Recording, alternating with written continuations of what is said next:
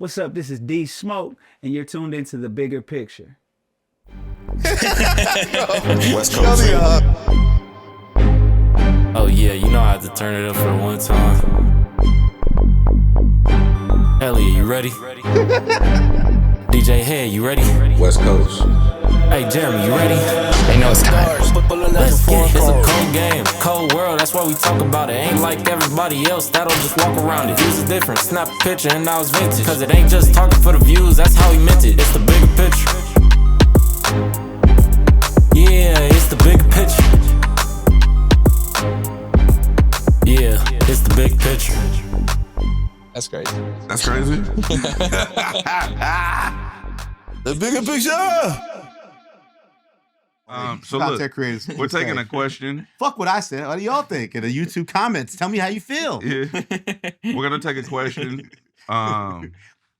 So right now, shout out to Miles Minnick. I got the joint on. He's Big Miles Minnick t-shirt. You know what I'm saying? We're taking a question from the audience. Viewers. If you have a question, request to go live. The bigger picture please, family. And so our producers say we got to wrap this shit up in 5 minutes.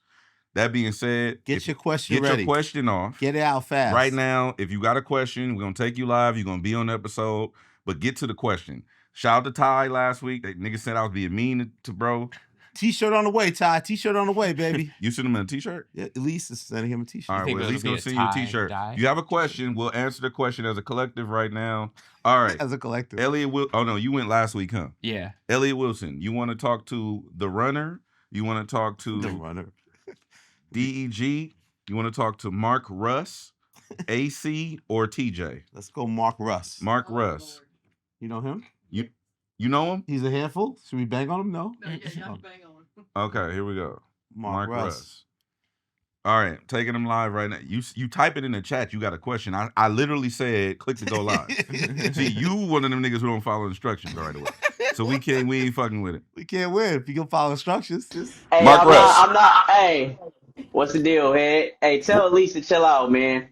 It's all good, bro. What's up? What's your question, bro? What's your question? We ain't got. I'm gonna get to it. Hey, no. So my question is this. So with hip hop changing over the past 2 years, I feel like the singles have kind of died off, but the really good bodies of work have really stood the test of time. Freddie Gibbs, Jid, all of those type of albums. From a media standpoint, as well as from like a industry standpoint, I want y'all. Is the media and the industry going to change how they view and judge albums now that the singles are kind of dying, and now the albums like a Jid or a Freddie Gibbs and stuff like that's actually not hit driven? Or y'all going to start to change how y'all view the albums and judge the albums in the future?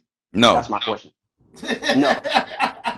Okay. Fair Simple. answer. So I wanted to clarify because what you said was, are we going to change how we view and critique albums?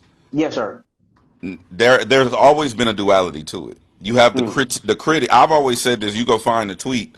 I've always said the industry and the critics, they want concepts. They want art. The people want slaps. Yeah, 100%. I agree with that. So it's always been a duality. I don't think it's one or the other. I think that from a cultural but without the slaps, what's the industry going to do, and how are they going to, they lean on Billboard and Hot 100 so heavy now that we've been kind of out of that era. Lean away from hip hop. They're gonna but that's other genres. But that's what I'm saying. I don't think it's a either or, bro. I think without the slaps, you don't get the you don't get gen pop without the slaps. No, you don't. You don't get gen pop without the slaps. So it's going to be critiqued. So now your art is only going to be critiqued by people who consume your art. That's my take. What do y'all think? Well, it's like you said, the hip hop side is we're talking about these are the best albums, right? The Clipse, Freddie Gibbs, Alfredo, Jid, Chance the Rapper. That's not based on record sales. Like, we want them to come out and have a good opening week just for credibility, but we're saying those albums artistically, to Hed's point, are really good albums. But yeah, there's a lack of hit records. That's why when I mentioned Cardi B last week, can she make a top 10 album where she has hit records on it and also has a body of work that people respect? It is tricky. We also have a thing coming up later where we're going to talk about what Spotify deemed the songs of the summer, and it's a terrible list. Like hip hop, Nokia's on it. There's not a lot of hip hop, so it is a problem that there's not these singular hit records, and even records that like What the Hell we thought were like hit records ended up not really resonating as hit records. So it is a concern. But like to Hed's point, the music business is fueled on the actual song by song, the hits themselves, right? You want your commercial album to be successful, but a commercial successful album has to have 2 or 3 big singles on it. And we're lacking that right now. Well, Clipse opened with what, 110 in the first week, and that's not a commercial, you know, and that's why I feel like hip hop was applauded so. Yeah, none of the top albums I mentioned, none of the top albums I mentioned are based on hit records per se. But the thing about Clipse album that a lot of the other albums didn't have is they had 2 standout songs. Maybe 3 if you count the Kendrick song, but I consider So Be It and Ace Trumpets both to be big records for them specifically, but also for hip hop. Maybe they weren't like, too, top 10 records, but they were still big. So I said hits. Yeah, I agree with you. Those were hits to the streets, I guess you could say, but to like, you know, Billboard Top 100, you know, to GP, like to Hed's point, I don't think respectfully those were hits. I still hate when the Billboard Top 10 comes out and there's no hip hop in the top 10. Like every Monday it comes out. I get mad. That's one of your triggers. It triggers me. It triggers me. Like even like Luther, when Luther finally got kicked out of there, it's like, okay, well, what's gonna be there next? Like there was nothing in the top 10. So that does bother me even to this day. And that brings me all the way back to everything I've been saying on every single week. Give us the slaps. The records. Yeah, or else. And not even, and when I'm saying slaps, I'm not talking about West Coast music. I'm not talking about bops. I'm talking about just give us hit records that Gen Pop can appreciate. Yeah. Because without that, we don't get on these lists. We don't make these top albums, and our artists that we love don't get the proper accolades that they deserve. And we got to remember with hip hop, we're competing against other genres. So to your point earlier, caller, like what's his name again? Mark. If hip hop's not giving you that, the music industry is going to shift towards putting more support in the country and other genres. You see Morgan Wallen running it up right now. Yeah. Morgan, Taylor Swift about to come back and turn our lights off again. Taylor Swift's on deck. So it's going to go other ways. So hip hop is always competitive in the marketplace where if we're not making hit records, then they're going to shift to pop. They're going to shift to country. They're going to shift to other genres. Yeah. And you know what? And I'm gonna talk about this later on, but this brings me to actually remind me to talk about why I'm no longer talking to niggas.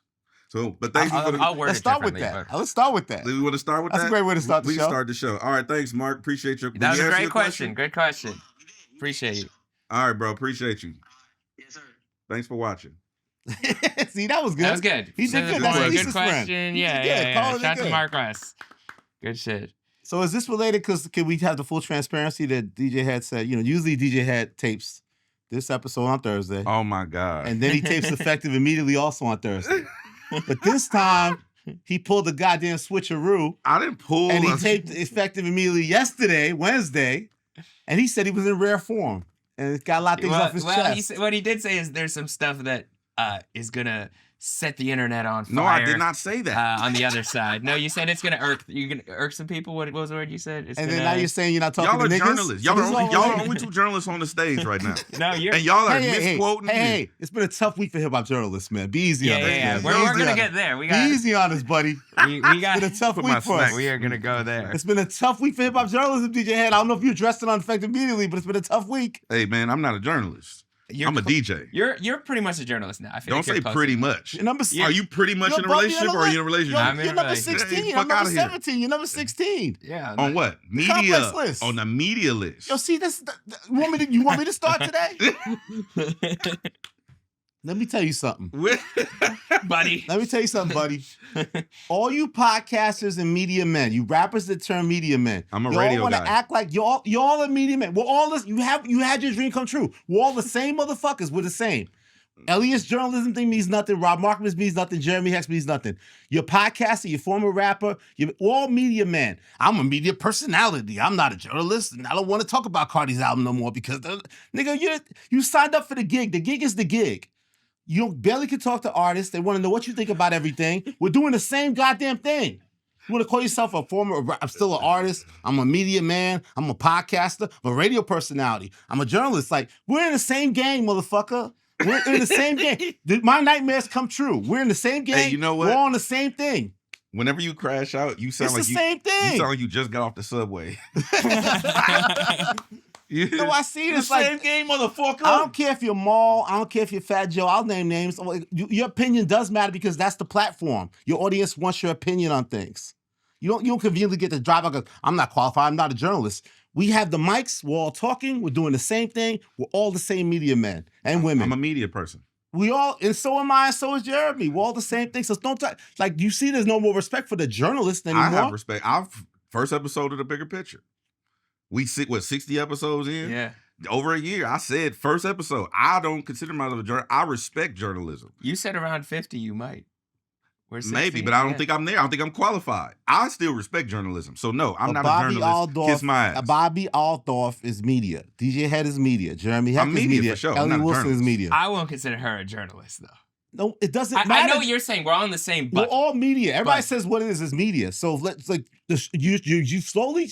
And I told you niggas this was happening. I told you early on. You did. I'm Elstradamus, nigga. I told you Drake sitting next to Bobby was the beginning of the fucking end. I told you Nicki's twerking on Kaisenat's crib was the beginning of the end. Y'all didn't want to listen. Y'all want to tear me down. Elliott's just hating. Things change, old man. Adjust. He's just hating.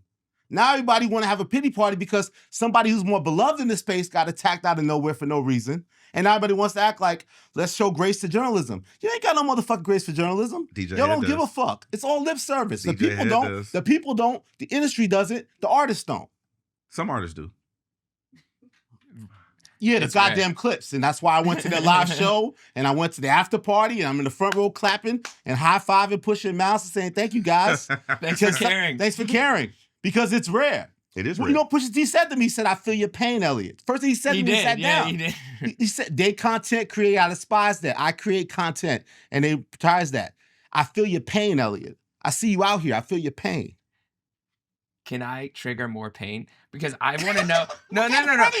Because I'm gonna buddy you. I want to know because I was setting Head up to crash out. Why am I crashing out? I had it set up. I drew the love.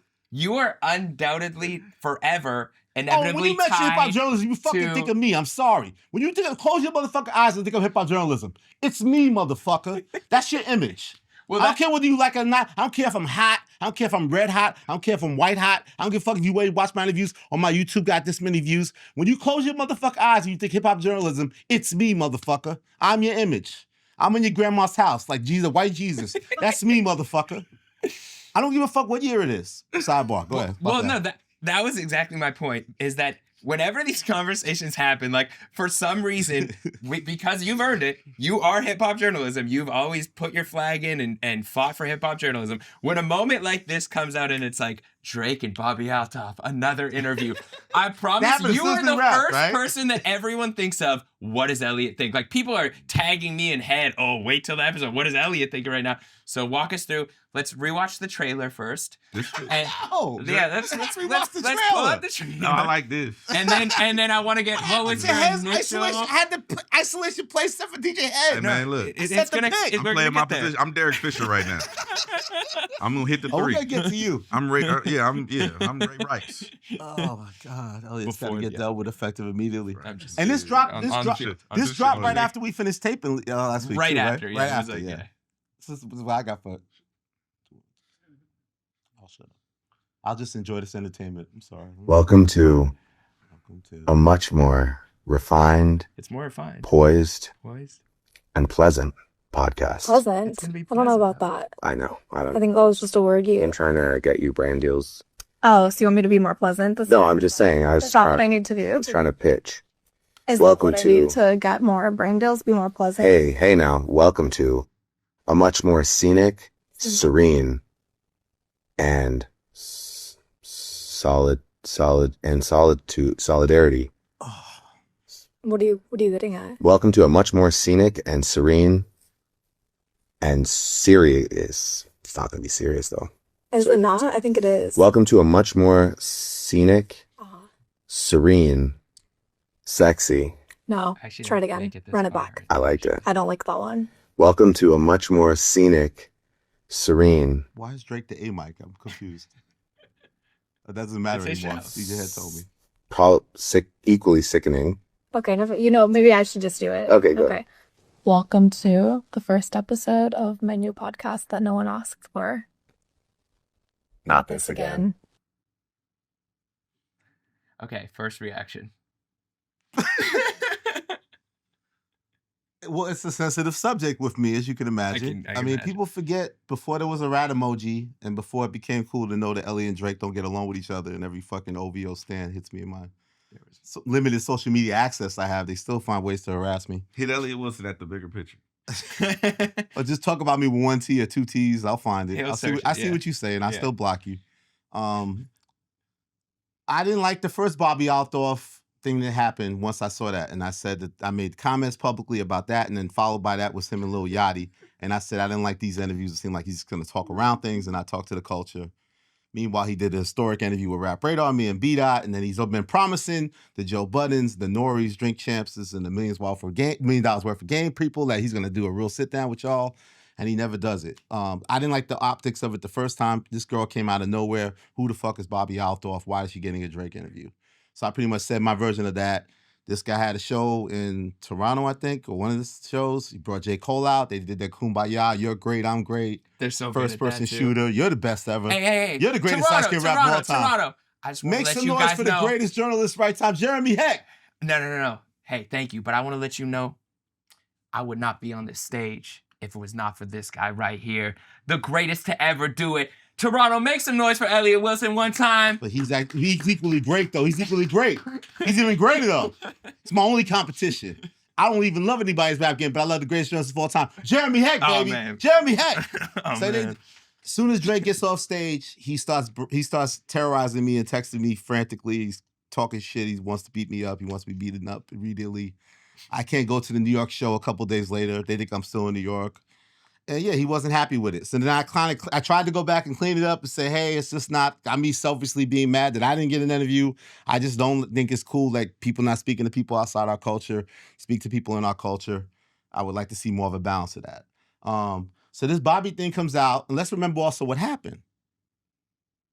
It was popular. I never watched the full thing. I'm sure Jeremy watched it. I watched it. I thought it was funny. Some people told me, like Rory, it was entertaining. Yeah. Had some humor to it. Obviously, This picture is hilarious. what they're going for here. This whole thing. Who is she? And why is she back? Who is she? It came out of nowhere. You talk about an industry plan. Oh, and that's me saying, like, Bobby, that's my dear friend. Little Yachty, that's my dear friend. That's what the whole shit kept saying to me. Okay, so Drake pulled the interview off YouTube. He took the shit down. It got millions of views, and Drake fucking punted that shit and took it off the internet. And then we heard rumors Drake and Bobby had some sort of misunderstanding or falling out, and that interview got scrubbed off the fucking internet. There's only bootlegs of it on the internet, as far as I know, right? So that was rooted in controversy. So now, she fake retires, and now she's back with another Drake interview, and it's just like, again, and we also feel like Drake now is playing the hand of these people outside of this thing, sitting with the Aiden Rosses and all these other people, and I get it. It's part of the stake thing and gambling and kicks and whatever the fuck business deals he has. He ain't sit with no Negroes. He ain't sit with no hip-hop people. He pumped fake Casanat that he was going to do a stream and pick these 17 contest winners of the fucking 19 contest winners of the video contest. And now he just draws it out here out of nowhere, with no stream with Casanat, and just draws it out now the same week, ironically. And then he wants to kick Rob Markman back in because everybody's making fun that you're not talking to people outside the culture. So it all fucking connects. And no, I don't like the shit. And it's dumb. It's stupid. You want to know why it shouldn't bother you? Because it's entertainment. And I don't expect people at this point, and I said it before, I don't expect, especially even Drake, Kendrick, or Cole, to do a real sit down with someone and really dissect their feelings of the last 2 years and tell their truth. I don't think there's value to them for that. Somebody, even academics made a point about that. It's like, do we get to the point where it's Vlad and we're paying for interviews? Because that is a lot of value, right? A Drake interview, a real interview, is worth, what, hundreds of thousands of dollars, I would think, right? Million. Yeah, exactly. So then, are we gonna start doing that and put bounties up and fucking, hey, Kendrick, I got $2 million for you. Have to sit down with me and DJ Hed. It's He just won't like, do it. that's what I'm saying. I don't think any of them can have a real interview. So let's take it outside the culture thing. I think what we loved about the Clipse and what we hate about this type of stuff I is think that certain people have a price. we want to hear real interviews with people, real interviews. And Drake, Kendrick, or Cole have no interest in doing a real interview with anyone right now. But yeah, we're supposed to just take this as what it's going to be. It's going to be entertainment. It's just satire. That's what we watch all day. These kids on marathon streaming things and they're having dating contests and fucking, doing all types of fun entertainment. Shit, I grew up in the 70s. I guess it's just variety shows, right? That's what I grew up watching and shit like that. I don't expect it to be real journalism. So again, but it's also now like it or love it, media. It's still media now. Mhm. These are the outlets. So we're on the same gang. Bobby is my peer. How do you feel about that? I don't like it at all. It's a great quote. Bobby's my peer. Yeah, somebody clip that and send that to me. Jada, Memphis I'm Bleak, gonna just get. I want him Memphis on loop. Bleak is though. my peer. Loop it about 4 or 5 times. Bobby is my peer. Bobby is my Bobby is peer. my peer. I want She that. I want catching up that. with me on Drake interview. She got more than one. That's me. Like she catching up to me now with that. Rarely does anybody even have one Drake interview. She about to have her second. So now, Do you think you'll this is never about touch. to- You'll never touch my interviews too. I just want to get that off too. Remind all of you motherfuckers. You want to speculate? Oh my God! I wish he would talk to this one. Go, do it, nigga. Make a Drake. Because part of it is making an interview happen. You can't make shit happen. I make shit happen. I made Drake interviews happen. I made Jay-Z interviews happen. Make it happen. Spot because there is also what they call it. Did B-Dot not have a say in that? Not say, but like Me and B-Dot makes things happen. Okay. Me and Rap Radar Pop, B-Dot helped we tag team. I think, we led with B-Dot's relationship with Drake to make the Drake thing happen ultimately. Right. Yeah, me and Drake, Rap Radar, again, the podcast, everyone act like never existed and didn't make the greatest hip-hop interviews of all time. It was only a world of Joe Budden, Drink Chance, $1 million worth of game. There was never a Rap Radar that also moved the culture and shifted everything and still has the greatest hip-hop interviews of all time. And damn Skippy, you know who booked all those interviews? Elliott Wilson and Brian B. Miller. We don't got a motherfucking booker. We booked it with relationships we have and made things happen and pulled off these biggest things. So go make your great Drake interview. I think it's impossible. Go get your great Jay-Z interview. I think it's impossible. Do you think this is gonna be like a super in-depth interview? I just hope it stays up on YouTube. That's what I hope. You had a funny text when you're like, you were saying what you think she's gonna ask you. Like, so like, did Not Like Us hurt your feelings? Or Did Not Like Us like hurt your feelings? Did Not Like Us like hurt your feelings at all? Like, I would. I mean, shit. Look at that. I mean, shit. Who is Kendrick Lamar? I would say that's a safe bet. That it hurt his feelings, or that she would ask something like that. I wonder if you could bet on that on stake. Like you think, what would the odds be? Yeah, High. That'd be crazy. What do you think of all of this? Oh, I think it's all. I love it. I love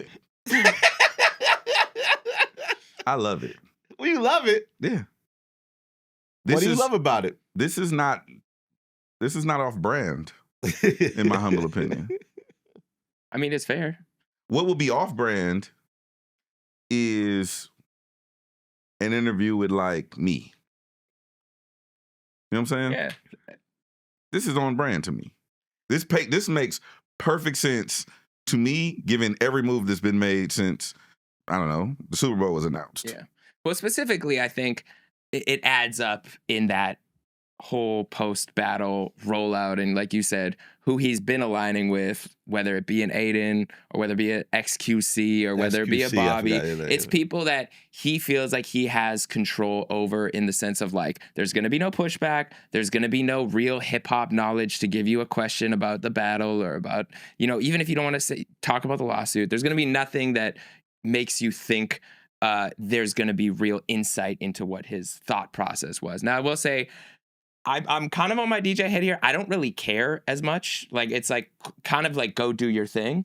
I'm not expecting. So it doesn't hurt your soul as you're a journalist? No, just because I don't expect. I mean, it sucks to see, and especially like kind of the alignment that's been like with the manosphere and just what has been uplifted. I think post battle, I don't like, because it all aligns in a really weird way, and I don't like that aspect of it. But I don't expect much different. Like, there's been a lot of shit that he's done that I've been very critical post battle. This and the Tupac ring, I just don't care about. What do we think from his perspective, his purpose is here? It's some sort of business thing where he's in business with Bobby, or to be likable, to look likable. No, to the world outside of hip hop, or just to the pop culture. No, you don't think that? What do you think?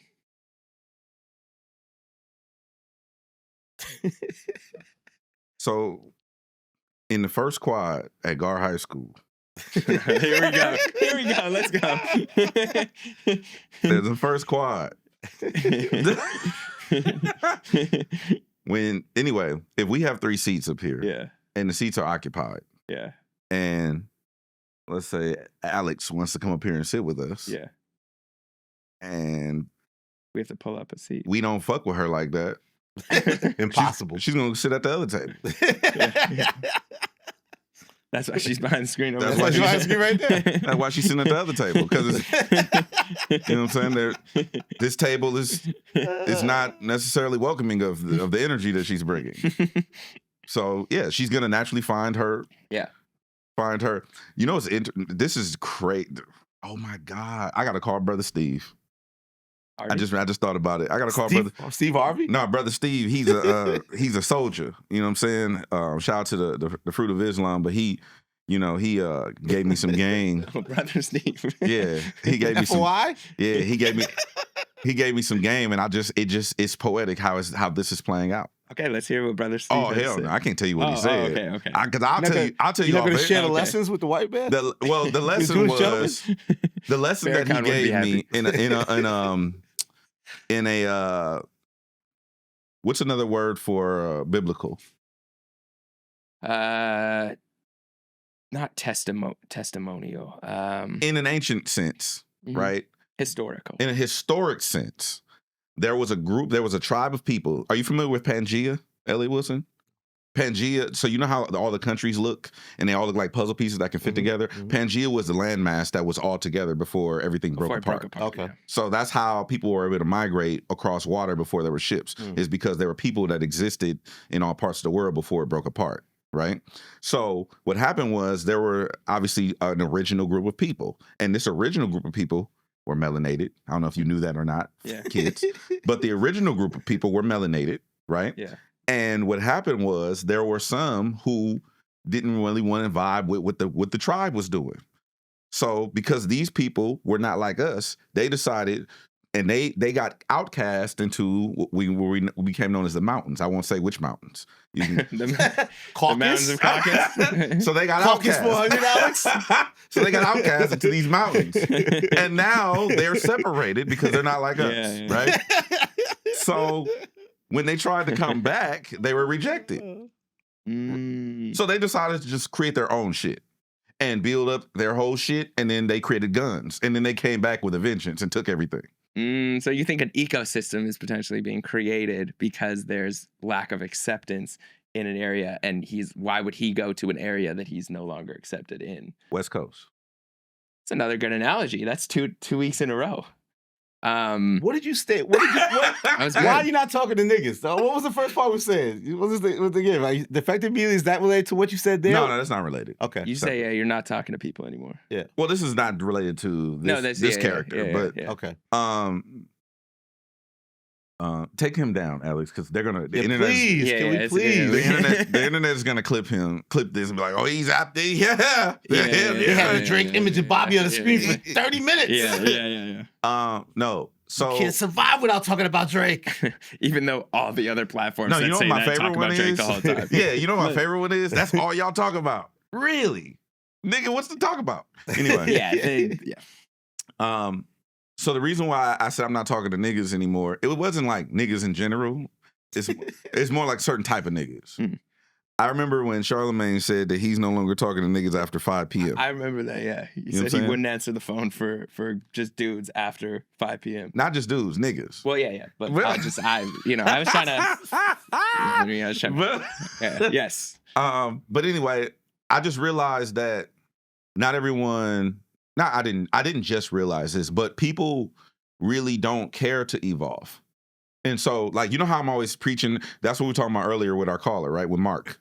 People are always saying, like, the industry don't pay attention to me, or I don't get credit, or I want to be Grammy nominated, right? We had when I had Clipse on, Pusha T was like, made it known, looking at the camera, no, we want that Grammy now. Like, I want in on the participation of this, right? Same thing with D Smoke. I just talked to him. He's like, no, I want that. Like, I want that nomination. I need that. A lot of people, it's Killer Mike. When I went to Atlanta just this past week, and I went and did his podcast, and he was like, I talked to him, I gave him his props because he didn't act too proud to get that acknowledgement that he worked to get that Grammy. You know what I'm saying? He worked, 30 years to get that Grammy, whatever. Cool.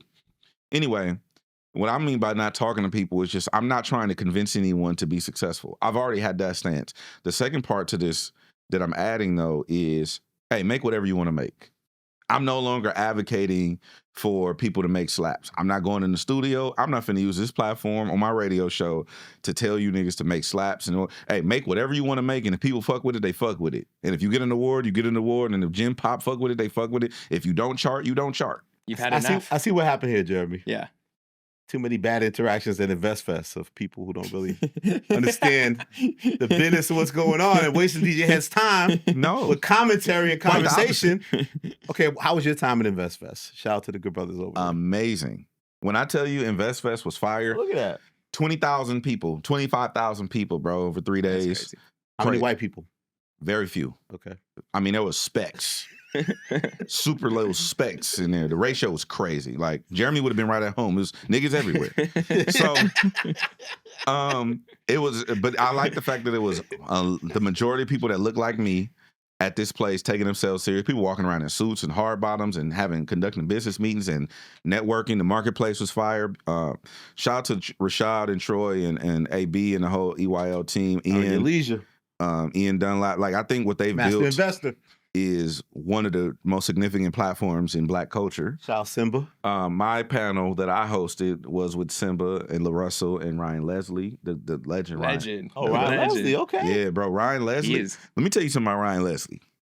Ryan Leslie, I told him he needs to come to LA because I'm gonna have him sit down with Will.i.am. Yes. Because they're like the same. Oh yeah. When I tell you they're musical different savants, geniuses, yeah. They're different. They clock tick differently. So me and Simba were talking to Ryan Leslie backstage before we went on stage, and Ryan was gaming us up. He was giving. He could have charged me for the game he gave me, right? About how the AI, how tech, and like he's fully like Will, right? They're identical. So he had created this company where you can take your phone number with you wherever you go and text fans and whatnot. And so he's breaking this stuff down to me. Super early before anybody was up on that. Super type of early. Stuff, he made like $1 million off of just like phone numbers, which was nuts. Bro, he's brilliant. So he's telling us this shit. So Simba was like, hey, you know what? I ain't gonna lie, OG. I need your number. Like, we gonna have to, like, I got He's like, I gave it away 10 years ago. And I was like, shit, me too, bro. And so we pull our phones out. So Simba, he gives Simba his number first. So Simba's like, all right, I'm about to text you right now. Ryan puts his phone down on the table. Ryan Leslie puts his phone down on the table. And he texts my phone so he can put his information in. And Simba texts his phone, and Simba was like, everything's there. Yo, your phone just texted me. He's like, yeah, I know. He's like, it's cool. Just hit my phone whenever. I'll hit you right back. He's like, but that ain't you. He said, it is me, but the phone does it for me. And he's like, yeah, you on some different type of shit, bro. That shit is... The phone texted back by itself. By itself. Yeah. Because at first Simba had a joke. Because when Simba texted, he said, OG, your bubble green. He's like, yeah, that's because I got a Samsung. He's like, you got an Android? He was like, yeah, I have a partnership with Samsung. Yeah, makes sense. So Simba had to turn that flame down. Yeah. Oh, you mean you don't get paid to send text messages? Interesting. Yeah, but it was super dope. The other thing was when I tell you, like, the experience of like being out there was top tier, except for the way home. Oh my God, bro. On the airport? You were in the airport for like 2 hours or something, were you? I was on the plane yeah. I was on the plane for 10 hours from Atlanta. Oh my gosh. Okay.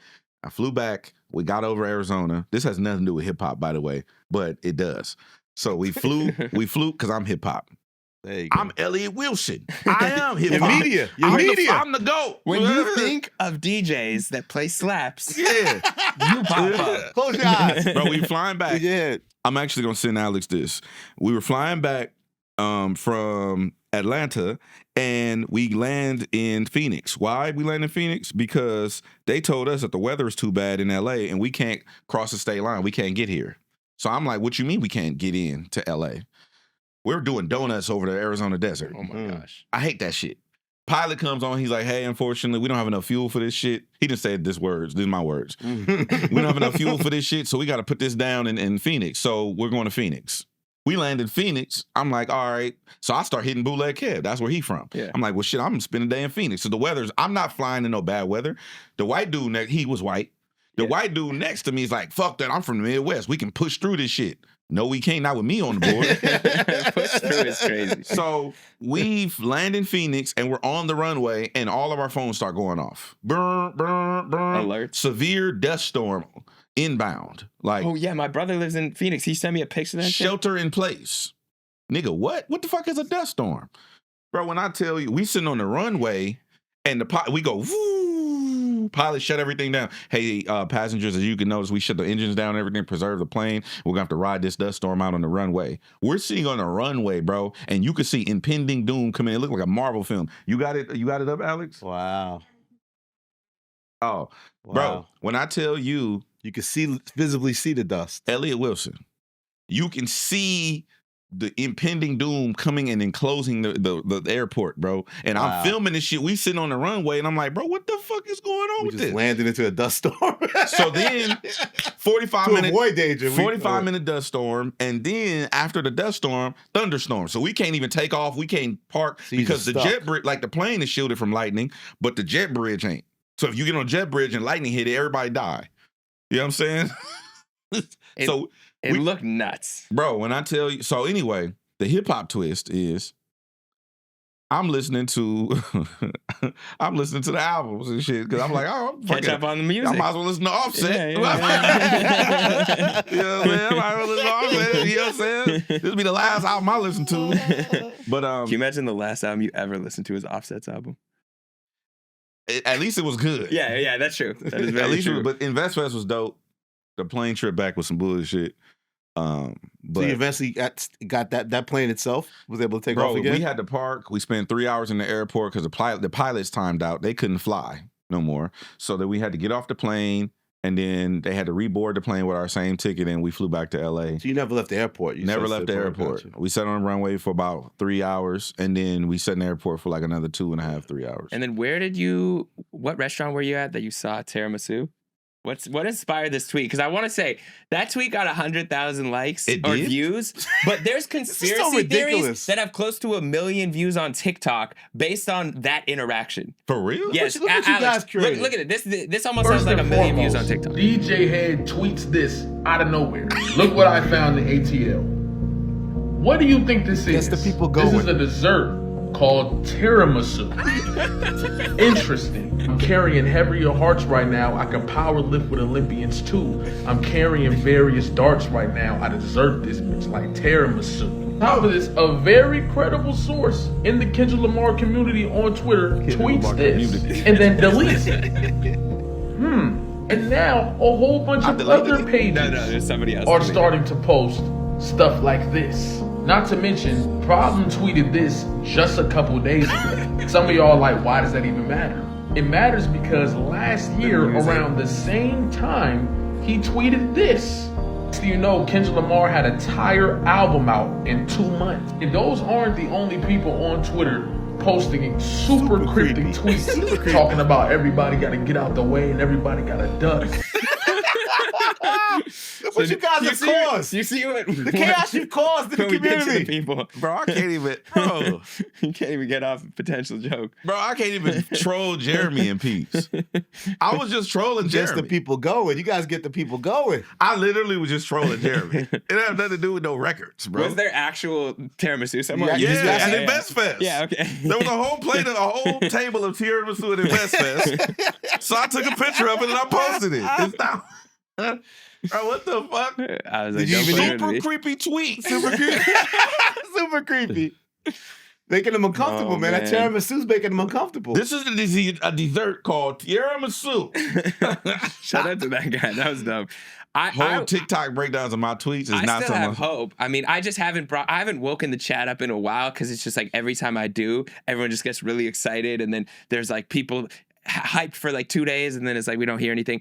I just expect we'll hear it at some point. I just have no idea when. I checked. I did half a second though. I did see that tweet, and I'm like, he's probably fucking with me, but let me just check my DMs just to make sure. So I did check the DM I sent Mr. Kendrick Lamar about it, and it's still not opened. So He's not gonna read your. I know he's likely not. I was like, maybe he's, Mr. you know. Duckworth. Why Yeah. does this have That's what I'm saying. It has 100,000 views.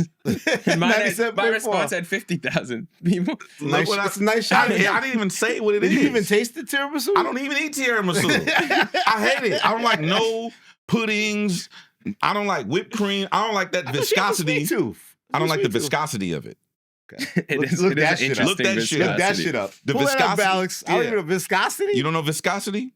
I mean, I don't like the I love to see a full definition of it. Okay, go ahead, Jeremy. Viscosity is a fluid's resistance to flow, with high viscosity fluids being thick and slowly moving, like honey, and low viscosity fluids being thin and fast flowing, like water. Tasting all that shit? Like I don't like. I don't He has like like a thickness. I don't. the thickness of it. I don't like creams in my mouth. Thick cream. Pudding. Too much. I don't like whipped cream, frosting, none of that. Oh, sorry. If you remember when we had cupcakes, at least I wiped the frosting off on the napkin. I don't know if you remember that. No excessive. Go look that shit up. Previous episode of The Bigger Picture. I wiped all the frosting off the top of the cupcake because I don't like gook in my mouth. I'm the reverse. I like extra frosting. I need a good frosting to cupcake ratio. I don't need you too like much gook cake. in your mouth. Well, no, not just because that. I like the thick, taste. sticky, and semi-fluid frosting, consistency due to internal friction. Yeah, making it sound nasty. Right? It is nasty. Why But would you like cream I in your like mouth? tiramisu. Yeah. Huh? What? Why would you like cream in your mouth? That's a weird way to put it, though. It is We're cream. not going to pause. Ghostface Killah says he's tired of pause, so I won't pause. I'll let it we'll rock. respect Ghostface's wishes. Yeah, I mean, we pause too much. In this scenario, I like the cream on the tiramisu, but I also like the chocolate of the tiramisu. I think the combination of the chocolate and the cream like flan, is perfect. Mousse. See, flan. I don't even like Nutella. Alex don't like you. You don't like Nutella? Flan. I don't like Nutella. What is Nutella? It's nuts. Isn't it a nut? So you don't like nuts? Truffle? Okay, this is crazy. Can we pause now? No pauses still? This No, is getting out of hand. Ghostface Killah album is in stores. Can I just say Killah Jeremy then? Hecht Can I say loves Killah nuts. instead of pause? I think we should I do like this episode nuts, without Killah. pause. In honor of In this Ghostface sense. Killah, his album came out, Supreme Clientele. You like too. Nutella, Elliott Wilson? I do not like Nutella. Why not? I don't like the texture. Like I'm picky about the texture. Viscosity is too much. I could eat some tiramisu though. I'm not bothered by the mixture there. But do I want excessive cream in my mouth? No. I'm not gonna say pause either. Ghostface Killah. Ghostface. No, Killah. Say Killah. Say That's Killah. what- yeah, Killah. Killah. GFK. No Killah. Supreme Clientele too. Hold up. So to put a bow on Just the for the on record, I'm tiramisu. never gonna grow up. Inner Just so we're child. clear. This is inner child Just so we're therapy. clear, I'm not growing up. Pause. See, Alex is fighting the system. So there is Supreme no Clientele too. truth to any record existing that's coming out anytime The fans soon. are just making just things. to clarify. I don't have any knowledge of any Okay, of that. there we go. Okay. And Right. even when I did talk to him, I didn't talk to him about no record. Yeah, it wasn't like, hey, when are we getting that snippet? That wasn't the first question we you don't. asked. No, we Yeah. don't really talk about records. No. And you don't talk about me either, apparently. No. Okay. Real quick before we go on to albums, I did want to say one last thing about the Rob Markman thing. I didn't like that, and I don't take it that seriously in one sense, because it's like, you're allowed to react. You know, you're an artist. People talk about you all the time. You're allowed to react. The only reason I didn't like him calling Rob Markman a goof, specifically Rob, is that there are tons of people who have been harsh critics, if not unfair critics of Drake, or completely biased. Rob is one of the very few people who, even if he's associated with people who are very pro Kendrick, like he did Culture United and stuff like that, he was fair. I do believe that he was very fair. He was always the guy actually who shot a lot of bail to Drake in certain scenarios that maybe our stage wouldn't have shot him that bail. So for him to like go out of his way to shoot at Rob and say Free Tory in the same sentence, which is like an interesting choice there. Like, what are we doing? What even Lil Wayne fan page was this? It's just like, what? Yeah, I couldn't even find the initial post. Me neither. A journalist sent me. I don't even know where it came from. So it's such a random dig, anyhow, like out of nowhere. Like, why? Yeah. Like, I guess because we're all talking about him and Bobby, and the hip hop journalism community doesn't love that. So this is his little get back of let me tap a respected hip hop journalist and tap him for no reason. But he's dissed him before. He dissed him with the Story Adidon thing. I think that he didn't like Drake. Rob had said a video where he said that someone, either not OVO camp but affiliated with the OVO camp, said to him he wanted him to show the boy some love. Yes. So I'm knowing Drake, he's probably, that never happened. So that's probably why he probably did that. But not his actual coverage of the battle per se, but just that part where he said he did. Yeah, he was approached to show the boy some love. Yeah, he was saying like, you know, we love your coverage and you're actually unbiased, which they admitted in that. And he said, but if you could show the boy some love, you know, we got you with some information, is what he said. But he did say it wasn't OVO. Do you believe somebody really asked him to show the boy some love? It wasn't OVO camp. It was someone like affiliated to some degree. Were you asked to show the boy some love? About who? Anybody. Nobody asked me shit. Show Dot some love? Nobody asked me nothing. Show Dot some love. Show J. Cole some love? Ain't nobody gonna ask me shit. Ain't nobody gonna ask me to do nothing. Ain't nobody asked me shit.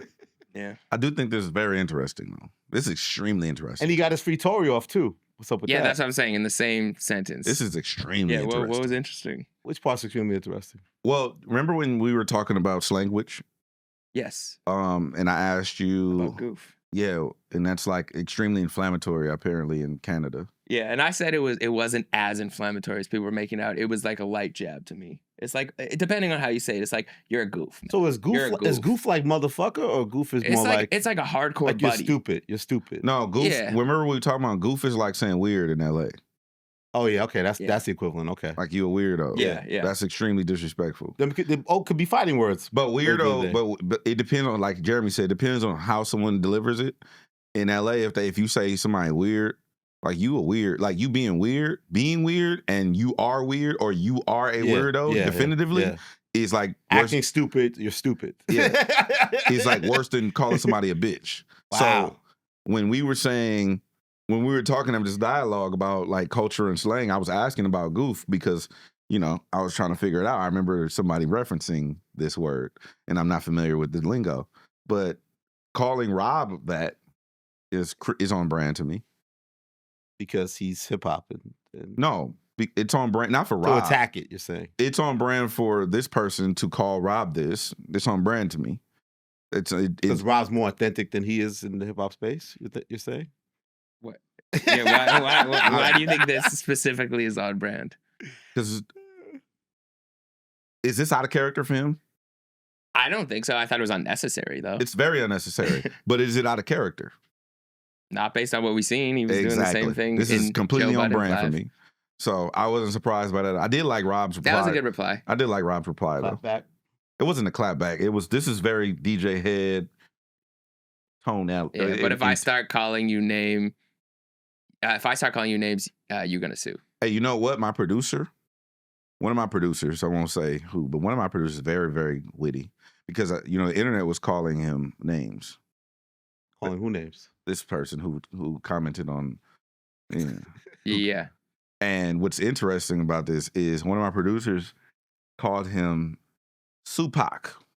I've heard that. I've heard Supac is a new one because of this chain he got now too. Shakort.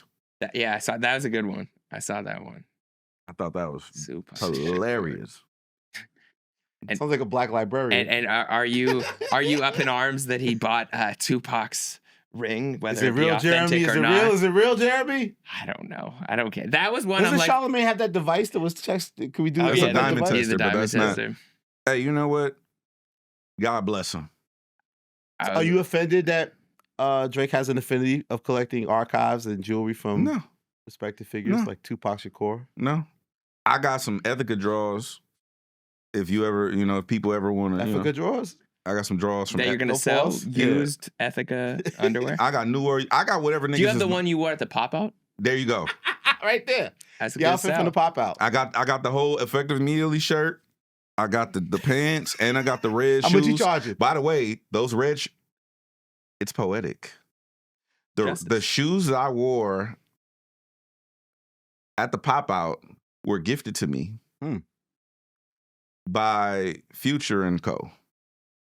Future the Prince or Future the rapper? Future Hendrix. And his circle gifted those to me. So it was like that. Years ago. Yeah. What kind of sneakers? What shoes or sneakers? Some shit I can't pronounce. Some rich nigga shit. Okay. Some shit I would never buy with my own money because I don't live that lifestyle. But I wore those that day. Pluto gave you some kicks. Well, it was him and his. I'm pretty sure he oversaw the campaign, but it was his team who gave me. They were red. They're called Le something. I forgot what they're called. I don't know how to pronounce it. I'm not rich enough. See the energy he's on? This is what did Kendrick first clap back on a Future record with Metro Boomin. I know. I said it was like Future sneakers right there at the pop out. Well, I just thought about it. I didn't do it on purpose. It just had red in my Effective Immediately logo is red, so I just put them on. I ain't thinking about it till right now. I'm not doubt. I don't cerebrally think out like all of my shit. Were they size 7 men's? No, I wear a size 12. So I wear a size 12. So if anybody wants to, feel so inclined, by all means. Same. I'll take shoes if you. I'll bring shoes. Okay. Do we want to go albums? No. We got a lot of. No, you don't want. You want? Would you rather stay on Drake and, I still want to see know the what Not DJ Like Hed said on Us? Effective Immediately. I need an Effective Immediately preview. What did you say? What did I say about what? You said you was in rare form. You just got Oh, something no, I off didn't say this. I was in rare form. I just said that I don't remember, to be honest with You've you. been irritated this week by some things, even though you had a wonderful time in Invest Fest. Was it the Not And Like survived Us? the dust storm. The kid who played Not Like Us for Drake. That you didn't like that one. What kid? Do you have that video? It was like that was so bad. some kid. I didn't like this. I honestly didn't like this. It was funny, but I didn't like it. In was he Copenhagen foreign land. or so? Yeah, somewhere. Overseas, some.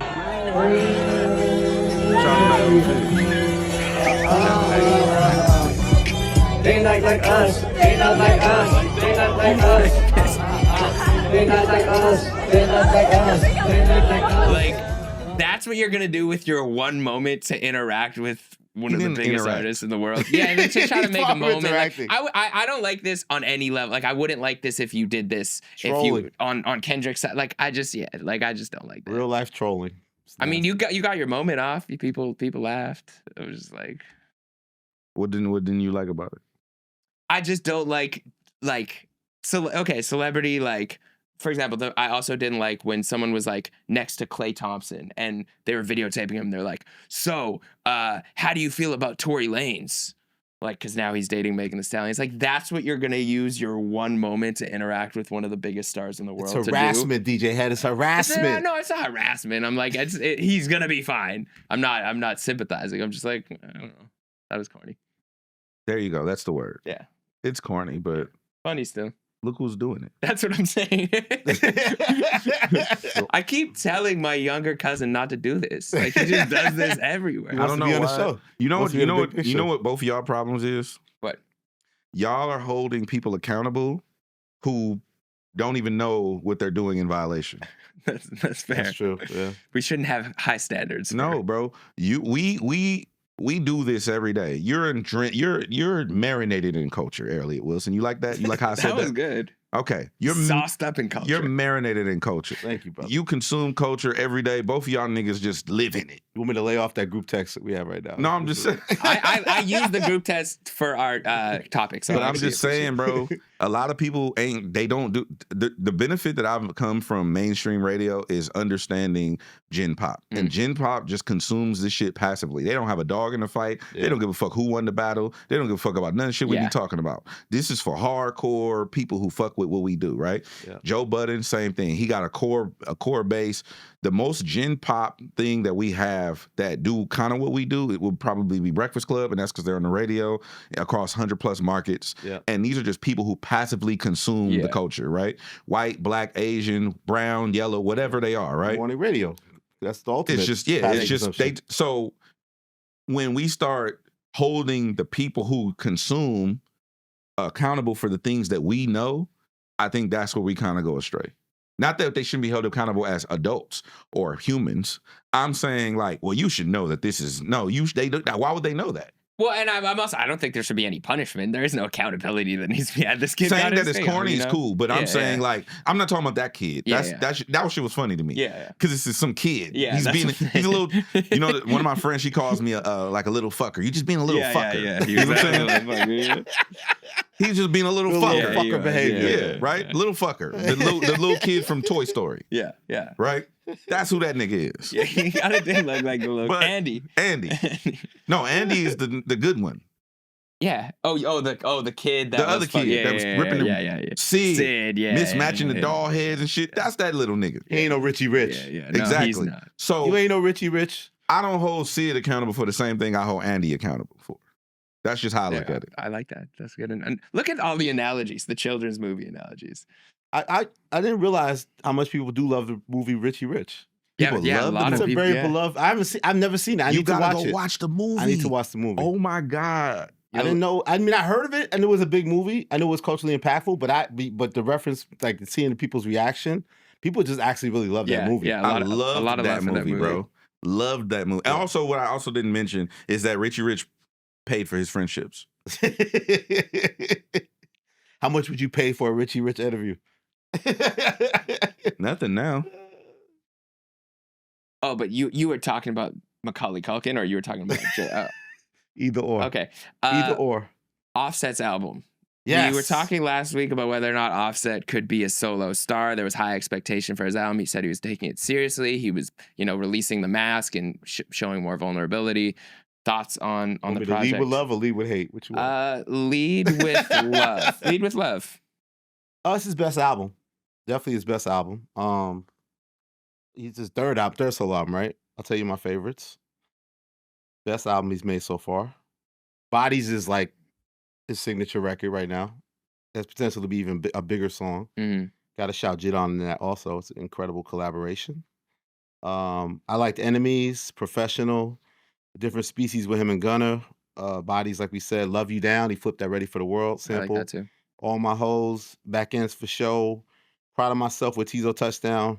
Never Let Go with John Legend, a tribute to Takeoff, and Move On as he addresses the relationship with Cardi. We had pretty much the same you like that? album, yeah. Pretty much the same for me. Okay, Yeah. cool. Yeah, so we look, we should be fucking A&Rs and shit. Hey, bro. Go ahead. You want to go? No, you go first. No, I went to love and I got to get my hate on. He's got hate before we get love. I was right. He's not going to be a solo star. It's not going to happen. God. It's not going to happen. Elliott Wilson. It's not performing as well as the last album. God damn. This nigga. No. I'm listening. No, all respect to Offset. Like it's dog, it's hard. You are coming from one of the greatest groups ever. Yeah, iconic, legendary Hall of Fame group. No one's taking his place away in hip hop. Offset is in the Hip Hop Hall of Fame, if there one is, and so is Quavo. And so is Takeoff, rest in peace. So it's a challenge to come out of a historic group to become a solo entity. Will he continue to be a celebrity and respected? And this earns his respect? Yes, but it's underperforming sales-wise. 28K, I think it did. Yeah, did less than the last album, which set it off, sold more than that. And then my theory is that, I just think that what I said earlier, like him and Quavo have sort of this, to me, the fallout. And it's funny, interesting, he touches on all the sensitive topics on the album except the fallout with Quavo. He doesn't address his fallout with Quavo in any way. He addresses missing Takeoff. He addresses stuff with his ex Cardi. He doesn't address that at all. I think there's still a lack of closure to me between those gentlemen. Quavo made a record with Takeoff before he passed. I think there's a need for a Quavo Offset song, EP, something. Like, I think there needs to be something for us to view them out of that. I just think it's not going to happen for either one of them as this, like, quote unquote solo star. And then the last thing I'll say is, it reminded me of back in the day. Again, I try to do an older analogy so it makes sense. So obviously people know Wyclef and Lauryn had their relationship personal and then it spilled out. So before Lauryn came out with the Miseducation of Lauryn Hill, a month before, Wyclef put out a song called Cheated, where he's talking about cheating and stuff, which is kind of a reference because to me, he knew the Lauryn Hill thing was coming, where some of the things on the record, like Lost Ones, addresses their fallout based on their personal relationship. So my question is Offset less popular because he did have this nasty public fallout with Cardi, who's very beloved, and he's on the record addressing the breakup before Cardi's even had a chance to address the breakup. So did he jump out too fast? Would he have gained more love, more respect, or more popularity if he seemed more like he's responding after Cardi first says what she has to say about the relationship, and then he says something? Did he jump out first saying things about the relationship that could then not have been the right move in retrospect? I mean, he isolated himself from the entirety of Cardi B's fan base, for sure. Like her hardcore fan base, like they're the ones tweeting "No Cardi, no clout." Like and that's the heavy pop crowd. So again, we're competing on the biggest stage. Yes. So I think that you may alienate a lot of people by not at least letting Cardi go first in, because we know Cardi's going to address the relationship somehow, and maybe she did it outside in the sense of it, right?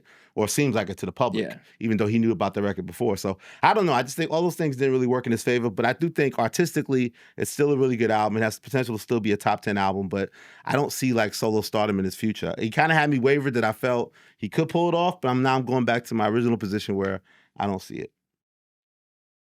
Well, I think your point of winning over that Cardi B fan base, it also didn't help his critique of Cardi on that. I love that he's vulnerable, but his one critique where he said she never cooked for me anyways, or whatever the bar was. Too much Noble. Or it wasn't, Whereas like, again, like the women who are viewing that, it's the same way you view how Halle Berry's ex was like, she never cooked for me. She's Cardi fucking B. She's Halle Berry. Chef it up, they baby. do not have to cook Chef for you. it up. I'm sorry. You're not changing diapers either, baby. Yeah, exactly. Also, he had to think about cheating. He's like, I got you back. You got me back. It's 50-2 now, like 50-2. Yeah, like Congrats on the W.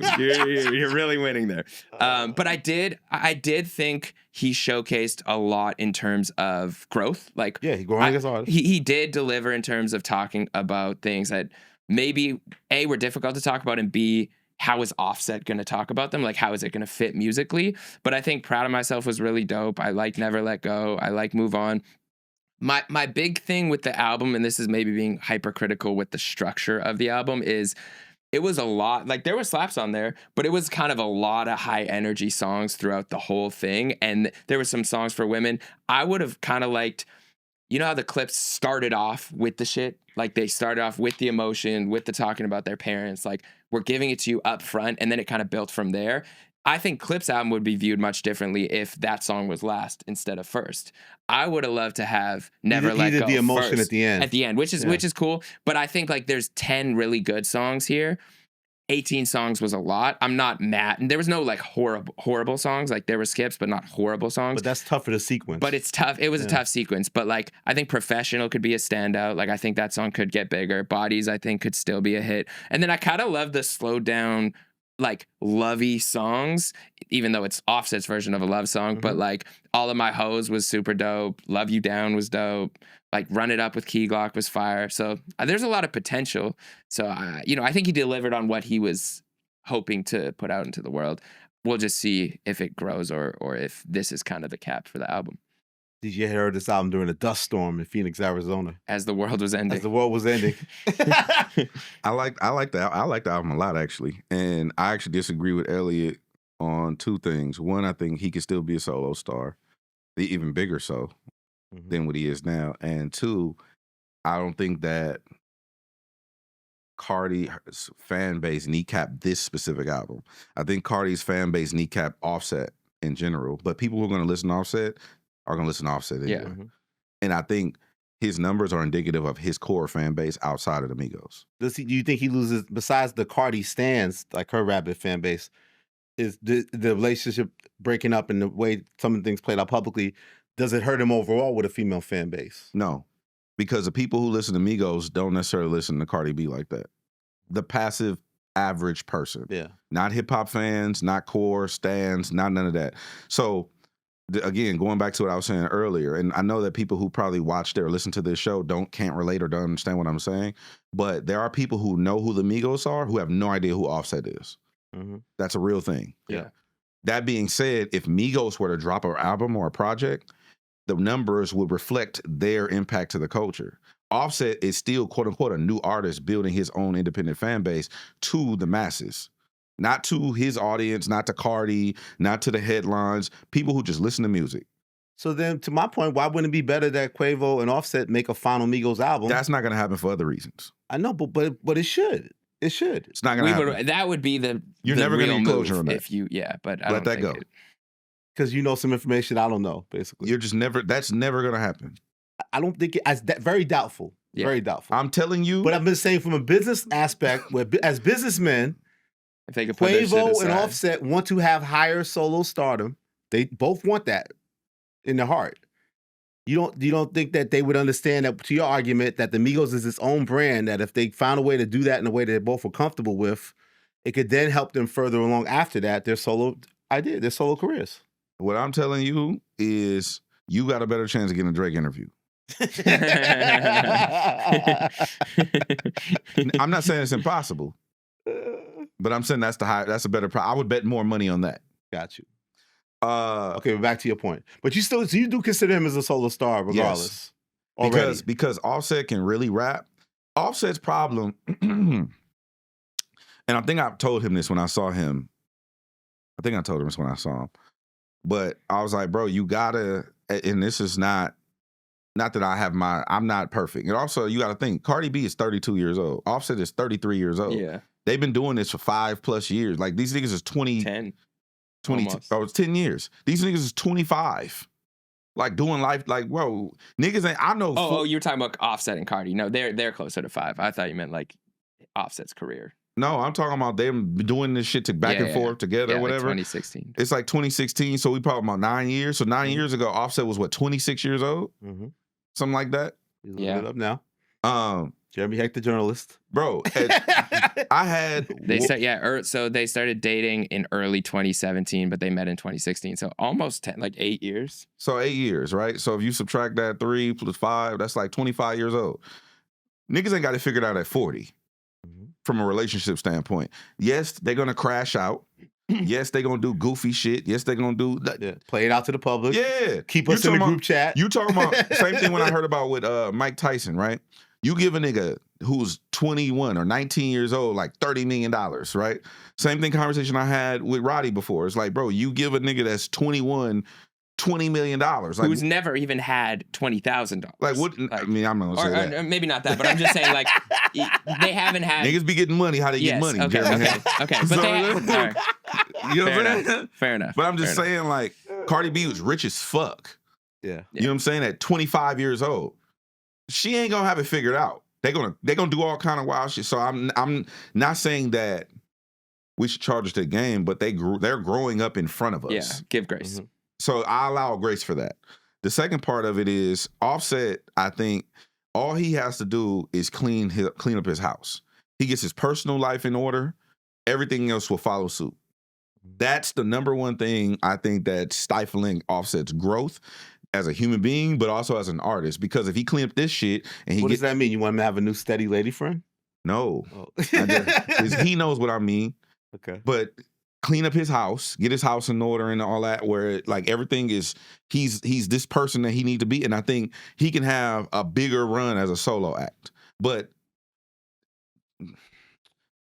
we call it turning over your topsoil. You can't grow new crops with old dirt. You got to mulch. You know what I'm saying? Aerate the grass, aerate the soil and shit like that. Now we're in botany, kids. So look that shit up. Yeah. So if you have to, you can't put new furniture in your house without getting rid of the old furniture. Because if you do, it's just clutter. There's no room. That's how energy works in life. I think Offset's energy is shrouded by all of his personal things and is trickling over into his professional shit. I think if he were to he has to do some work internally with his brother, right? Then he has to get the Cardi stuff straight, his other kids and all of that stuff straight. I think Offset has a potential to be a huge star by itself, solo. This album specifically was dope as fuck to me because I didn't like the last two. The production on this is way more elevated. Like that's the first thing I noticed off rip. I don't know if he intentionally did it or if he had an EP do it, but the production on this project specifically is completely elevated from all his other the other. It feels like he's very hands-on in terms of, and it's very intentional. Yeah. It's super personal. It's super in depth for him. And then the other part was I love the song with him and John Legend. Yeah, that was super dope to me. I like how the takeoff tribute. But then I like the bops and stuff on there too. Like I think it's a complete, and it is long. It's 18 songs, but I don't feel like there was any song that it's like fuck that song. Yeah, no, that's what I'm saying. There wasn't a bad song on the album. There wasn't a bad song. No. It could have been less songs, but there wasn't a bad song on the project. Yeah. That's my opinion. Is Body still growing? In terms of radio and stuff? Yeah, he's still playing it, but I really like Proud of Myself too. Yeah, me too. Yeah, and running that with Key Glock, that shit was hard. What was interesting is I don't have any more things to offer except that I knew about the Wife and Lucci show that happened, I think in Atlanta over the weekend.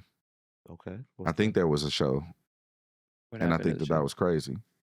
It was just great. It was like, since he came home, it's his first show. The homie went and he told me it was just 90% women in there screaming their lungs out. Wow, really? Yeah. So I salute to them. You know, Ghostface Killah album. Oh yes, I like the Ghostface album. I try not to say pause because we do say pause. Yeah, we do say it quite a bit. I'll tell you my picks. I like a lot of it. Especially when he does I love the energy of it. I didn't listen to Ghostface yet. I love the energy of it. I mean, he's got Redman doing the intro. You know, he's like the Wu-Tang cousin. He's got Wu-Tang all over there. I love the energy of it.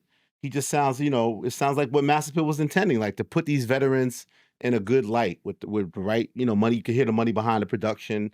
They clear a lot of high-level samples. He rhymes over like Toto's Georgie Porgy. Yeah. He rhymes over the Commodore Zoom. So it just has that energy, a lot of like old school breakbeat kind of thing. It's Ghostface. It's who he is, It doesn't make me feel like it's Supreme Clientele. Supreme Clientele is like this album that's like this ultimate great album. This is a very good album, But I understand why they called it the sequel to garner more interest. But no, it's another solid veteran album, and I think it's really following the mission of what Mass Appeal is doing with the Slick Rick project, with the Raekwon project, and now with Ghost. So I think it's dope for hip hop because it's just showing again, he's not chasing the younger demographic. He's still doing him. It's very like, this is how I used to do it. We used to rhyme over break beats. We used to rhyme over like this.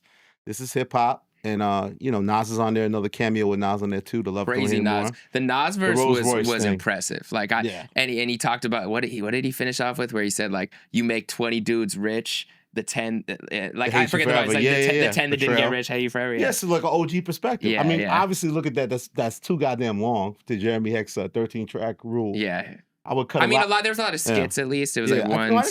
think I have a 13-track version. 3. Wait, hold on. Let me tell you my version. My Elliott Wilson version.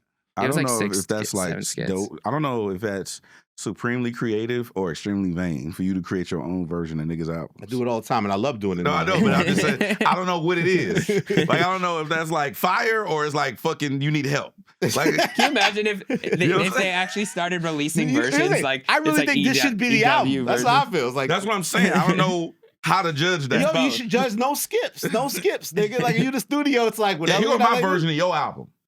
Okay, here I'll do it again. I like the intro by Redman. The Curtis May record with Styles P and Conway. Fourth Disciple.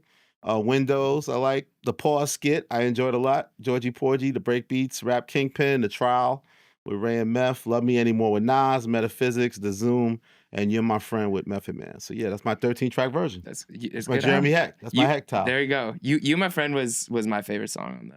Yeah, I think Parks was bigging it up too. It was really cool. It felt like a good ending to the album too. Yeah, and it was just dope to hear like, again, the perspective of people who have really been through this shit, been in the industry for so long and have maintained their peace. Like Ghostface Killah seems to be someone he's outside the headlines. He's not always talked about for some bullshit. Like he's talked about now because he's back with new music. So I think to hear his perspective on balancing also, it's kind of vulnerability. I guess the parallel, Jeremy, like you said, is with like Love Me Anymore with Nas and You My Friend with Method Man. It speaks about like vulnerability and betrayal, but probably amongst male friendships. Yeah, that's more friendships, so, which isn't always tackled as a subject with sincerity in hip hop. Yeah, no, I thought that was dope. Yeah, so shout out to Ghostface Killah, new album out if you haven't. Check it out. I listened to I'm gonna check it out. I did listen to Lupe. Oh, I just listened last night. What did you think? It's an EP, right? Yeah, it's EP. short. It's short. It was cool. I mean, I like Lupe as a rapper. You know what I'm saying? Like, I know it be personal opinions and views about Lupe, whatever, but like as a rapper, Lupe's always been dope. You didn't diss him on your website back in 2010 or 11, 12 like I did? No, I don't use my platform in that way, Elliott. He's still did you editorial bar him up? Is that happening? Go ahead, you can finish first. I'll tell. Was it Samurai DX? Yeah. Yeah, so like I like the SOS record. I thought was the best record. Yes, same here. Which came out earlier, right? I think SOS. I think I liked Samurai and was it Palace? How do you say Palaces? Palaces. Yeah. Oh no, Palaces and Samurai I think were my two off. SOS was cool too. But yeah, Lupe is a dope rapper, and I liked what's it, Troy Tyler? Yeah, I like Troy Tyler on there too. Who's that? That's an artist that's featured on the project. No, I mean, do we know his background? He's no, I don't know. Protege of Lupe. This is an introduction for me. Yeah, that was my intro. But he's on most of the songs too, right? He had 3 features. Why don't we get a full album? Why is he giving us an EP, Jeremy? Well, I think we already got these are leftovers to me got from you, Samurai project. Because the DX is deluxe, or it could be a HipHopDX reference. I don't know. It's not. Do we like that he did it separately instead of tacking it on the original album? Yeah, I do. Because this was digestible. Like it was straight there. They make shit about them. Don't I'm just saying it was interesting to put I just said it was DX, which is interesting rather than deluxe. Most people would put deluxe. He said, or maybe there's a HipHopDX. It's reference. not. I'm just saying it's possible. Anything's possible. Killjoy. But SOS to me was Lupe had a verse of the year contender on there. Okay. I think it's the second verse. I got to go back and check. But he had some crazy ass bars. He said I foresee it like I live in 4B. and then I used my sword as my door key. I was like, okay, I visually pictured what it said on the door. That was dope. But Lupe, I think, doesn't get enough credit for his rapping because of how conceptual and how intricate he is with his rhymes, which he says on this, like, he basically talks about it on the song, like saying, like, I'd rather have substance over, you know, mainstream acceptance. And he's like, I will always be this way. So intricate rhyme schemes. Yeah, like, this isn't for the masses. This isn't for the mainstream. This is for the people who really love this shit. And I think at what he does, at being just a lyricist as pure as you can get, I don't think there's anyone who can really top. Like, he's in that Black Thought combo of, like, just as a pure lyricist, just pure rapping, just pure rhiming. There's not very many people who can out-rap Lupe. Just so you know, Lupe, I'm a fan. Shout out to Lupe. I hosted an event with him, a panel at Revolt World a couple years ago. But shout out to Lupe. And back in the day, I remember, I'm gonna be honest, I'm gonna share my Lupe story. Let's do it. Me and Glasses, this is years ago. This is like after The Cool. Was it called The Cool? The Cool was 2007, yeah. Yeah, something like around The Cool, I think, when he dropped. And we went to go see him at the now no longer there House of Blues on Sunset Boulevard. Wow. And fucking Lupe had a 2-hour set. And I was like, I remember going with Glasses to the show. He's like, cuz you got to meet Lupe. Lupe the coolest nigga ever on Crip. So I'm like, all right. On Crip. When he says on Crip, does that, like, that's like, It's okay, it puts I get a button it. on Yeah, it, yeah. right? Are there Crips in Canada? Not to my knowledge. I'm not. If you are out there and you are Crippin' in Canada, I'm sorry if if you're Canadian Crippin', I don't mean to downplay your activity. I just am unaware. Crips in Canada is kind of catchy though. Crips in Canada. Yeah. So we went to go see Lupe at the House of Blues, and I go with Glasses, and we go backstage, and Lupe's the coolest dude ever. Y'all, whatever, y'all can have whatever. So I'm running through his crafty. You know what I'm saying? Like, yeah. Running through his craft services. Cookies and water. Crackers. You already know how I get down. Cookies and water. And he was hella cool. But I'm like, I remember thinking to myself, like, he got 2 albums. Who the fuck he think he is doing a 2-hour set? He performed every song from both of the albums. No. There was an intermission, second album. And I was like, yo, who the fuck do this nigga think he is? So he did the whole first album intermission and then did the whole second album? Bro, I don't know. I think The Cool was a double disc. Oh, from The Cool. Wasn't it double disc? It was a long album. It was a long ass album. That was the second album, right? Yeah. So let me see. What was it? Just Lupe. Just type in Lupe, fool. Come on, fool. Okay, The Cool. No, this is Food and Liquor. The Cool. Okay. It is 19 songs. Yeah, okay. I remember it was a long ass project. Yeah. Anyway, that was my first time meeting Lupe. He was hella cool, super dope, whatever. And then I remember when he put out, what was the third album with the song with Trey Songz? Lasers. Yeah. And he hates lasers. Yeah, he doesn't like it. That was the commercial. The Atlantic Records wanted him to go commercial. Yeah. Hey man, Lupe put out that fucking, and anyway, the point of the moral of the story is, hey Lupe, you hate it, but to this day, I play out of my head. I didn't like that one. You like the Trey Songz song? It's Out of My Head with Trey Songz, right? I like The Show Goes On. To this day, it's a slap. I play that record right now. Take that. Right now, Lupe. For the women. I play it for the women, Lupe. And I know you hate it, and I don't give a fuck. Artist, your least favorite creation is someone else's favorite. Does he like, do we know if he likes Kick Push?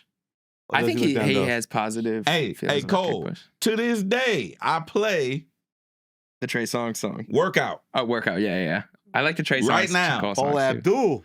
Right now, I play it. You like Workout? Huh? You liked Workout? The girls love it. Elliott I didn't Wilson. hate it. Like I wasn't mad at it. The thing about it is it was a good single. It was a good single. Like, yes, it was an attempt at a single, but it was a good attempt. Stop hating the shit that made you rich. Yeah. Don't hate your slap. Yeah. Don't hate your slap, buddy. I wish I could give me something to make me rich and be like, man, fuck that. Like, what an honor it is to have something so successful that you could be like, fuck this. Speaking was it one last thing? Was it a mistake for him not to take? Do you like the Nothing on You record, B.O.B.? Remember Lupe turned that record down. No, I think it worked out how it's supposed to be. I think it worked out how it's supposed to. I think because him or B.O.B. both kind of shunned mainstream success, so it would have worked out for Bruno either way. No, I meant for Lupe himself. I know, but I'm telling you, whether B.O.B. did it or Lupe did it, it didn't matter. It's Bruno's record. Bruno's gonna launch it. Yeah. And he turned down. What's the other one? Airplanes, the other B.O.B. song. Or he had Lupe had a version of he turned Airplanes down too? Yeah. I don't know if he turned it down. B.O.B. owes a lot to Lupe up in here. Yeah, they have an interesting. Do you pretend that airplanes? I didn't like that song. I liked it. I just didn't love. Like, I thought it could have been a better. Like, I love B.O.B. as a lyricist. Yeah. I feel like he could have had better verses. There's an Eminem Eminem verse. on that verse. There was Wow. an Airplanes Part 2. Yeah. Wow. That was dope. Forgot about that. That's a huge song, though. Huge. Like, Haley, like, that was two merging of crazy worlds, too. Who was it? Oh, Mike Caron. That was the Mike Caron Atlantic Records. You remember, like, on Everyday Struggle, Who's this they evil always white talk man about, making hit records? Yeah. They talk about, like, Joe would always talk about his big book of samples, and he'd be like, I got a hit for you. And he'd, like, I would flip the love pages. to know the psyche of that. Like, you're a starving artist most of your life. Most of your come up. Yeah. Then you get to a point where you sign to a major label. They put all these money and resources into you. Give you a record. I remember one of the homies. The hook placement. I remember one of the homies. I'm not going to put him out there, but one of the homies had me come to the studio and he plays me a record that's cleared. It's already ready to go. The label cleared the record and Chris Brown is on the record. Woo. On the hook. Singing his ass off. Singing his ass off. You can just see him dancing to it. All you got to do is rap your verses. 2 verses. Not even 3 verses. Give me 2 verses. Yeah. 2 verses. Yeah. And turn it in. 32 bars. 32 bars away from a hit record. Oh my god. 32 bars, Jeremy. Would you take it? No, there were 12s. 24 bars. There were 12s. Wow. 2 12s. 2 12s. 24 All bars you do away. is rap on it. He's like, yeah, I'm Look at taking. Jeremy. He wants to make a record right now. Send him Is the it record. still available? No. He was like, yeah, I want to take Breezy off of it and put the homie on it. The homie. And I ain't gonna say who the homie was, but I'm like, what you mean? So he wanted me to help him make the play. And I'm just like, I can't help you. I'm not gonna help you do that. To take Chris Brown off the record and put the homie. They really do this off of like what you were saying about Lupe. He said, I'm never gonna something about the art. Yeah, sacrifice the art. And I'm like, that's not sacrificing the art. Just because more people like it doesn't make it any less art. It's just more people fuck with it. So they're not saying who this person is. That person wasn't yet developed to be his name. Okay, gotcha. And it didn't come So up. he felt having Chris Brown with the record would overshadow him and would just be like, everybody's talking about Chris Brown on the record and not him. It wasn't about overshadowing. He just thought that the record didn't feel authentic enough. He just like, the label gave me this. Well, here's another fun fact for artists who are independent. I'm gonna do it on my own. Or people who sign the labels, like I'm gonna make the label come to me. I'm gonna make I'm gonna do this, make the system yourself bend to my will. When you turn your album in and it has no records, meaning it doesn't have any slaps, it doesn't have any business behind it, the label is gonna go, if they're a good label or an A&R or your product manager or whoever's on the team, they're gonna go find a song and be like, here, rap on this. Because you don't have a record that's going to generate revenue or interest, and then you're going to have Elliott Wilson critiquing you because you only sold 28,000 records first week.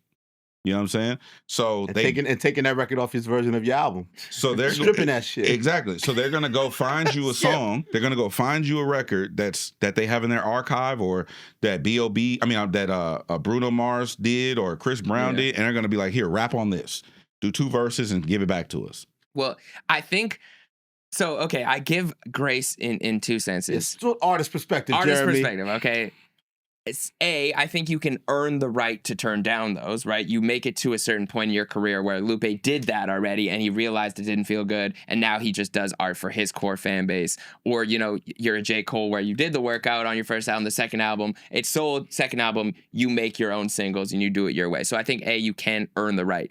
B, I do think there's a difference between a good song that the label gives you that fits your brand and you selling your soul, quote unquote, or going out of character to fit into what the label's giving you. And I think that's where people lose themselves, right? Like when if they hand you a song and it's like, let's say you're strictly a rapper who has super substance and you want to have a message, and this is like fucking hoes and cars and money, and that's your single, and then you say yes to that. Cars and Money featuring Chris Brown.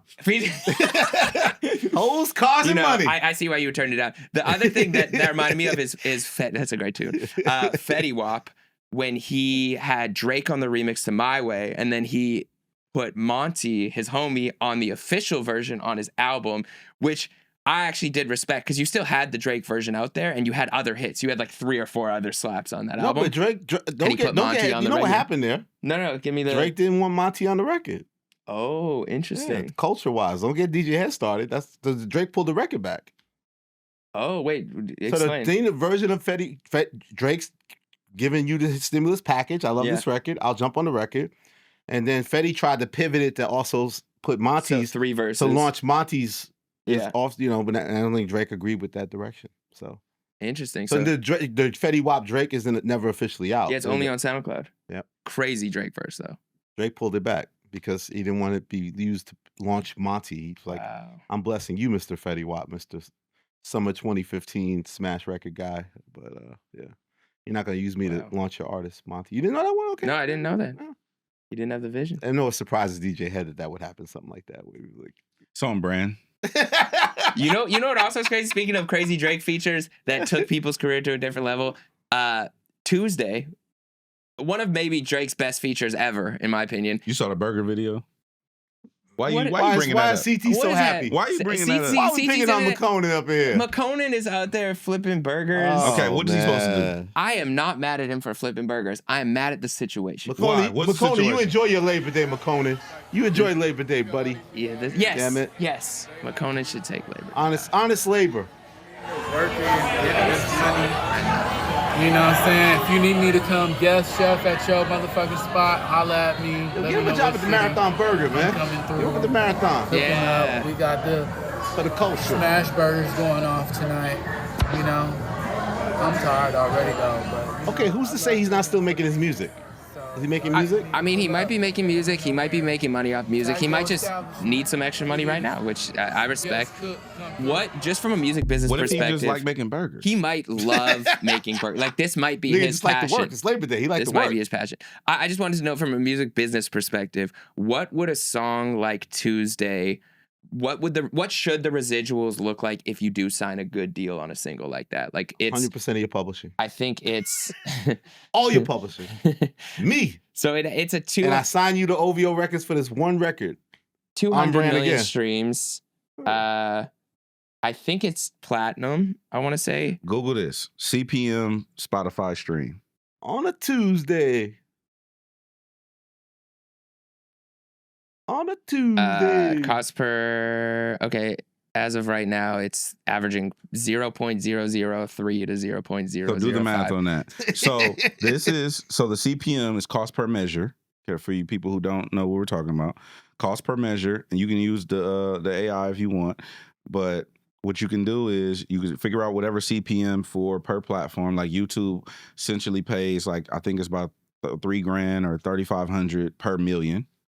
Okay, so that's close to $1 million just on Spotify, but that's total lifetime streams. There you go. But I'm saying, like, if it was a good deal, which likely it wasn't, could you have made like one hit song stretch 10 years for you? You can with good money management. And with good money management. Yeah, you can. So let's say he generated, you said $1 million. Off of just Spotify. So let's just say like $3 or $4 million off of streaming. Okay, let's say you make half of that. Yeah, okay.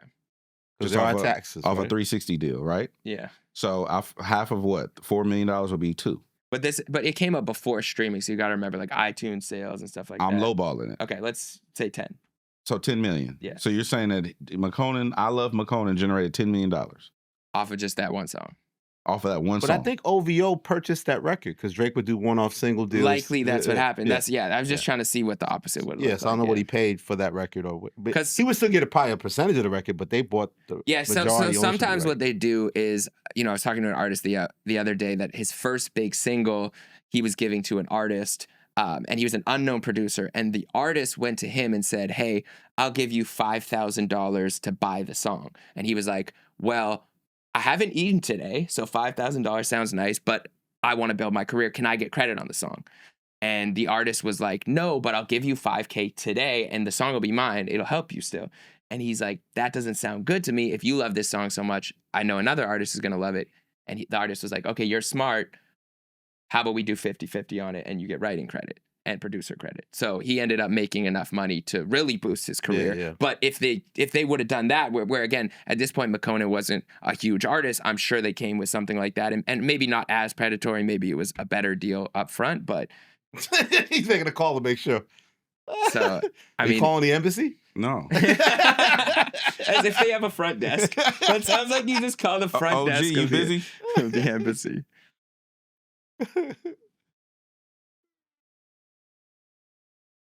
Oh no, do your thing. Then I'm on the air. I wanted to ask you some industry question about percentages. All right, hold on. All right, so you on the air right now. All right, so if a song generated, what was the number? It was like 260 million streams on Spotify. If a song generated, let's say 300 million streams on Spotify, what does that break down to? Well, it's hard to answer that because I know it based on platinum and gold. So like 300 million streams is considered double platinum. That means you're going to make. This is Ray Daniels, ladies and gentlemen, the legend. That means you're going to make. That means based on the way Spotify pays out, that's about $1,080,000 if you go 3 million platinum for the master. If you only do if you own the publishing, then divide that $1,080,000 by 6. And that's what the publishing is worth on the song that goes 300 million streams on Spotify. So this is a platinum song. I looked it up. What we're talking about is a platinum song. Yeah, no. Platinum is 150 million, Jeremy. Double platinum is 300 million. Gold is 75 million. Okay, so you think we're specifically talking about McConnen's situation where he was on, you know. So look, so we talking about the Tuesday record. I love McConnen and the Tuesday record. So we trying to break down the mathematics on the record. At least Jeremy wants. And what that deal. Only thing you can't do is you can't break down mathematics for him. You could break down how much the record made, but you can't focus on how much he made because you don't know what his deal was. You don't know if he had ownership, if he had points. I think OVO bought the record from him. Yeah, Ray Daniels. I think it's Elliott Wilson. I think OVO bought the record from him too at that time. That song. Well, yeah, I was working at Warner at the time, Elliott, and what I knew was that it went through OVO, so you don't know how much debt that record is standing behind. You don't know if it's cross-collateralized against Drake. You don't know how much money he made. Out. But, you know, like, if you just say, if I owned it completely on a triple platinum, I made $1,080,000 if I owned on a double platinum record, if I own the master 100%. Yes, sir. So almost just under $2 million. Yeah, okay. And that's not including syncs. That's not including ASCAP. That's not including none of that. Yeah. That's just master Spotify payout for the master ownership. Okay, perfect. Thank you, OG. Thank you, Ray. Appreciate it, brother. Anytime. All right, brother. Appreciate it. So more than likely, it doesn't look good for him to be working at a burger shop. But you make it's a life-changing record, right? No matter what business was done.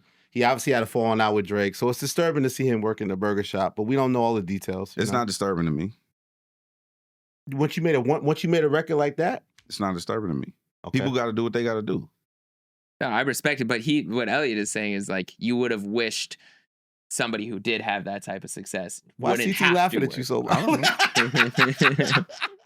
I don't know. I'm not saying fuck the guy. I'm just saying. We started the whole show with the power of a slap, right? Make a hit, make a slap. My point is, if you make a life-changing slap hit, you should be able to live off that somewhat modestly for the rest of your life, in some sense.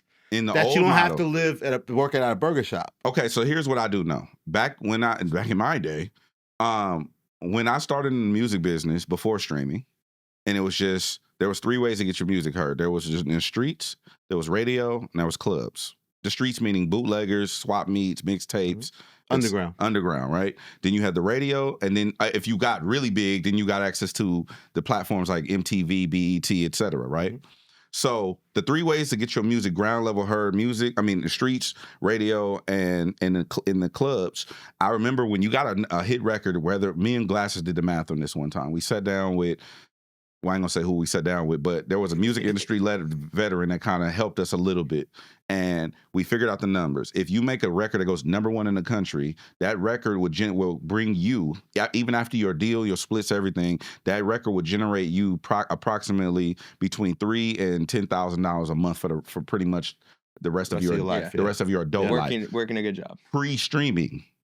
Which we all know artists have been anti-streaming. Way less than that, because you get paid out less, which is why everybody liked the physicals and stuff like that. Because if you remember back in the day when Tupac, full circle, when Tupac said, I forgot what he was actually advocating against, but he was like, I give you 12 songs, you give me my $12. You remember that quote? Yeah. I remember him saying that on somebody's platform, but he was always angry, but he was saying something about something where he said, I'm gonna give you 12 songs, you give me my $12 and whatever. And he was venting about wherever the industry was going or something like that.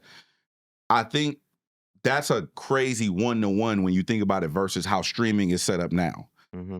If you get 12, if that's I don't think there's no one in the music business making $12 for 12 songs. 1-to-1. Yeah. And even that feels low when you think about how much work goes into a song. Right. But I don't think you're gonna find it, but it was some quote that he said. I remember him saying it because I was like, what is he talking about back in the day? Well, I'm streaming Tuesday 10 times. Great song. I wish McKonnen the best. I do hope that I don't like that song. Just for the You record. didn't like Tuesday? No. Tuesday was a slap. How do you not The like original Tuesday? song too? Or I didn't like the the version? song when it was hot. I didn't like playing it. I hated playing it. I hated every minute of it. Did you always play the version with Drake, or did you play Always the play original the version with Drake on it. Why would I not play the version with Drake on it? I'm a DJ, Elliott. You didn't like that song? I'm a DJ. On the radio, I have to play the version with Drake. Squad going. No, it was original before Drake. It did exist before Drake. And then when I had the option, I played a version with Drake on it because I'm smart. What you talking about? I just did 3 in a row. Them shows is back to back to back now. I did not like that. When I tell you I didn't like that song, bro, that shit slowed the whole mix down. It was probably slower than most of the I'm other gonna keep hits. it a buck. It was that song and it was Trinidad James, All Gold Everything. I hated playing those records. It was gold all in my I hated fucking playing those records. I like that one too. You turn the volume down? It's 50 BPM. Are you talking about playing in the radio? It's playing in the literally club? 50 BPM. When you talk about that, you talking about when you're playing on the radio, playing in the club? Elliott Wilson. On the radio and in the club. Do you do the thing that used to blow my mind when I first went to Hot 97 as a young person? That the DJs would get so irritated by the rotation they would be turning the records, turning the sound down in the studio, and then turn it back up for their we talk would do break. that. Yeah, we I would always do did that. that. Yeah. See, I didn't know that. I was like, y'all niggas supposed to be rocking to the records. These are the hit records. Y'all love this No. music, don't you? I Then you go mix to the it. radio and the You hear DJs it not even, 7 I times hate this. each- And they hating on the rotation. The DJ be like, I hate that. I literally turn the shit turn down. the shit all the way down. I'll be on the phone. Yeah, you have combos. Getting callers. And that you couldn't control what the fuck is being played. Like you had no power in what could be played. Not like that. Except mix show hour for like whatever little window only there. the mix show. We don't control programming. And you have to be so excited Yes. for it too. That We broke got my that heart. new McKonnen and Drake coming up next Tuesday. And your Stick 10-second around, talk yeah. break. That's called you only It's sunny in California today. It's 85. What, that's your radio voice? He's a Nah, radio I was voice, yeah. irritated by it. Fucking- Irritated by it. No. It's called back selling and front selling. So you would more be disturbed in the club because you couldn't turn it down in the club. You'd have to play it out loud in the club. I've never played Tuesday in the club ever. Just on the radio. Just on the I think radio. you're gonna do it now. And you would No. just constantly turn it down. Or you would Always, just- every just- time. Turn it back up for your talk break. I love that song. Of course you did. I Wait, know. pull I up know it's not Drake's verse. He shocking, wants to do but Drake's verse. Do Drake's verse. no, I'm not gonna do it. Let's show Drake some love. No, let's do Drake's verse. Come on. we don't have to. We'll stream it later. We don't have What if But him and Bobby did it together? It'd I be don't cute. give a fuck. that'd be cute. With Bobby on a better view. First of all, With the Bobby. Never mind. Fuck. Views going. And views going up. Elliott Markman going down. Pull the lyrics up. I want to do a song now. Tuesday. Views going up. Markman going down. I don't fuck with Elliott. Because that dude is a clown. Oh, okay. We got bars now. All right. No, we don't. No, there was something there. There was Now something. do the real verse, Jeremy. I know you want to do it. Let Jeremy do the real verse. Take it back to, what's it, 2015? Take us back to that summer, man. You was outside, Jeremy. You know what? Was it 2015? This is 2015. I was working at a place called Sky Zone. You remember Sky? You guys have those out here? Yeah, the trampoline places. I can see that. Yeah, I was a lead court monitor though. I can see that. You know what I mean? I'm not just average. I was a lead court monitor. Mr. Thug, can you speak up a little bit more, sir? Yeah, excuse me, guys. What here? Oh, here. Drake's verse. You got it? No, you do it. I know it off the top. No, you were there. What? You know off the top? You don't even do lyrics? Put Okay, the go ahead. world Hold on on. Go sound. back up. Go back up real quick. Go back up. Go to Game's verse. Keep going up. Keep going up. Keep going up. So whose verse? I'm gonna give you some LA history. Wait, who? Game? The Game was on this? Game had a verse on this? I'm gonna give you some LA history. Read the first 2 bars, Jeremy Hecht. Look behind you, Supper Jeremy. Club. Jeremy, what you know about that Supper Club? Squad going down. I'm at the supper club. Girls pointing at my table, trying to fuck with us. Okay. Fun fact. There was a highly successful, highly sought out club in LA called Supper Club.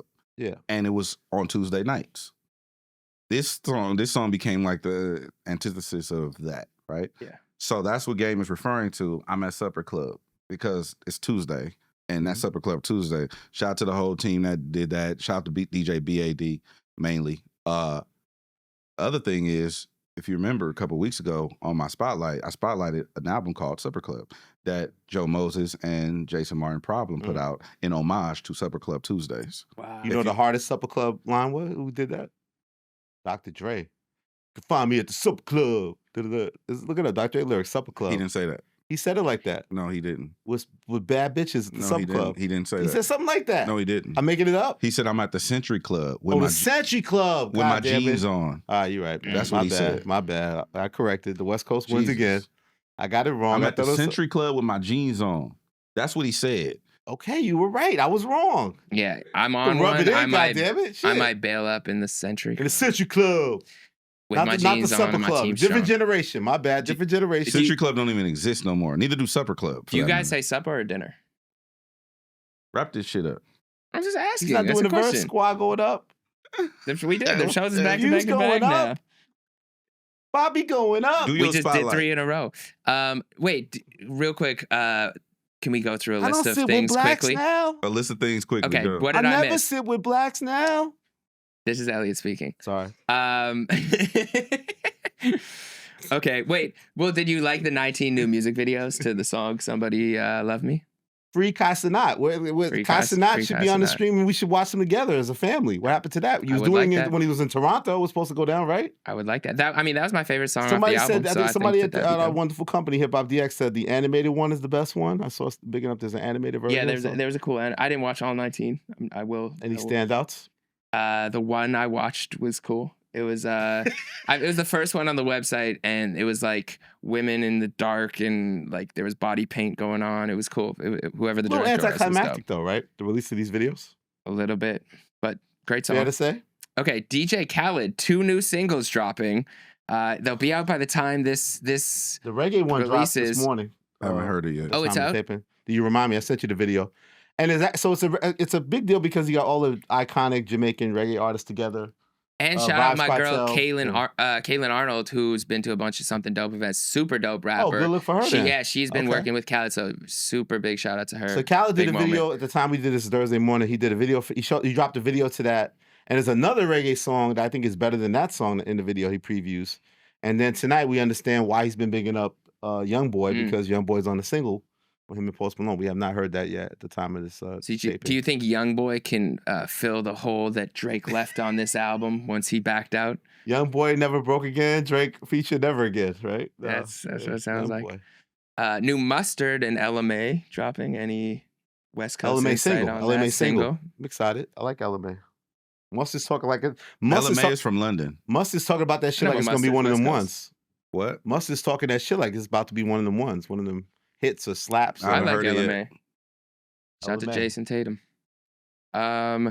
New Jay-Z music potentially dropping. Oh, this is your what did I miss shit? You Yeah, sneaking this is some what, stuff what did in? I miss? I'm just There's no sneaking new some- Jay-Z music. What do you Memphis lies Bleak you said now? he asked for a verse. Oh God, Bleak is come on, please, man. I love Bleak, man. But Dude, come on. I think the verse is pending. Some sort of verse is Oh, yeah, pending. it's gonna pend. It's just gonna keep pending. And he's playing the Super Bowl too, right? Like LA Yep. too, right? Yep. Earl Sweatshirt album. Haven't I heard listened. There's like 3 songs I like on there. It's still Yeah. a tough listen.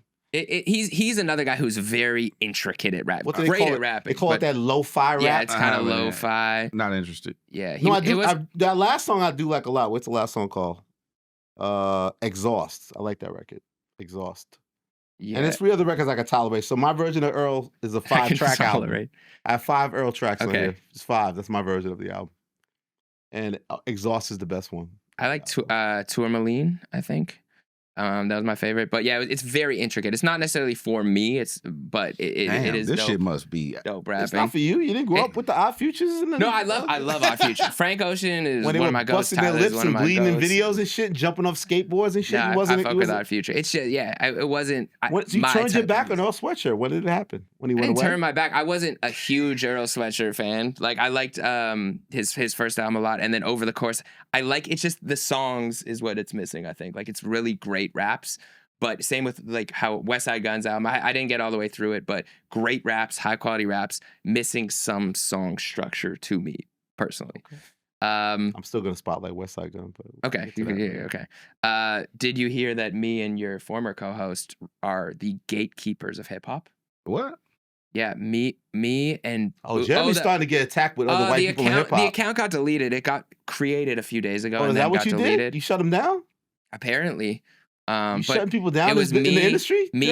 Apparently, me, Anthony Fantano, and Bootleg Kev are. Who is Anthony Fantano? The Needle Drop on YouTube. He does like reviews, big review. You've probably seen his face, big glasses. He's on the Complex Media list. He wears glasses. He reviews records. I don't know his content. He gives a light 7, a big 8, or whatever he gives. He's known for his controversial music reviews. He's a dope creator, but Drake hates him too. Drake doesn't like him. But they said that we are gatekeeping from a black man. As in Drake, as in us three specifically are gatekeeping Drake out of the industry.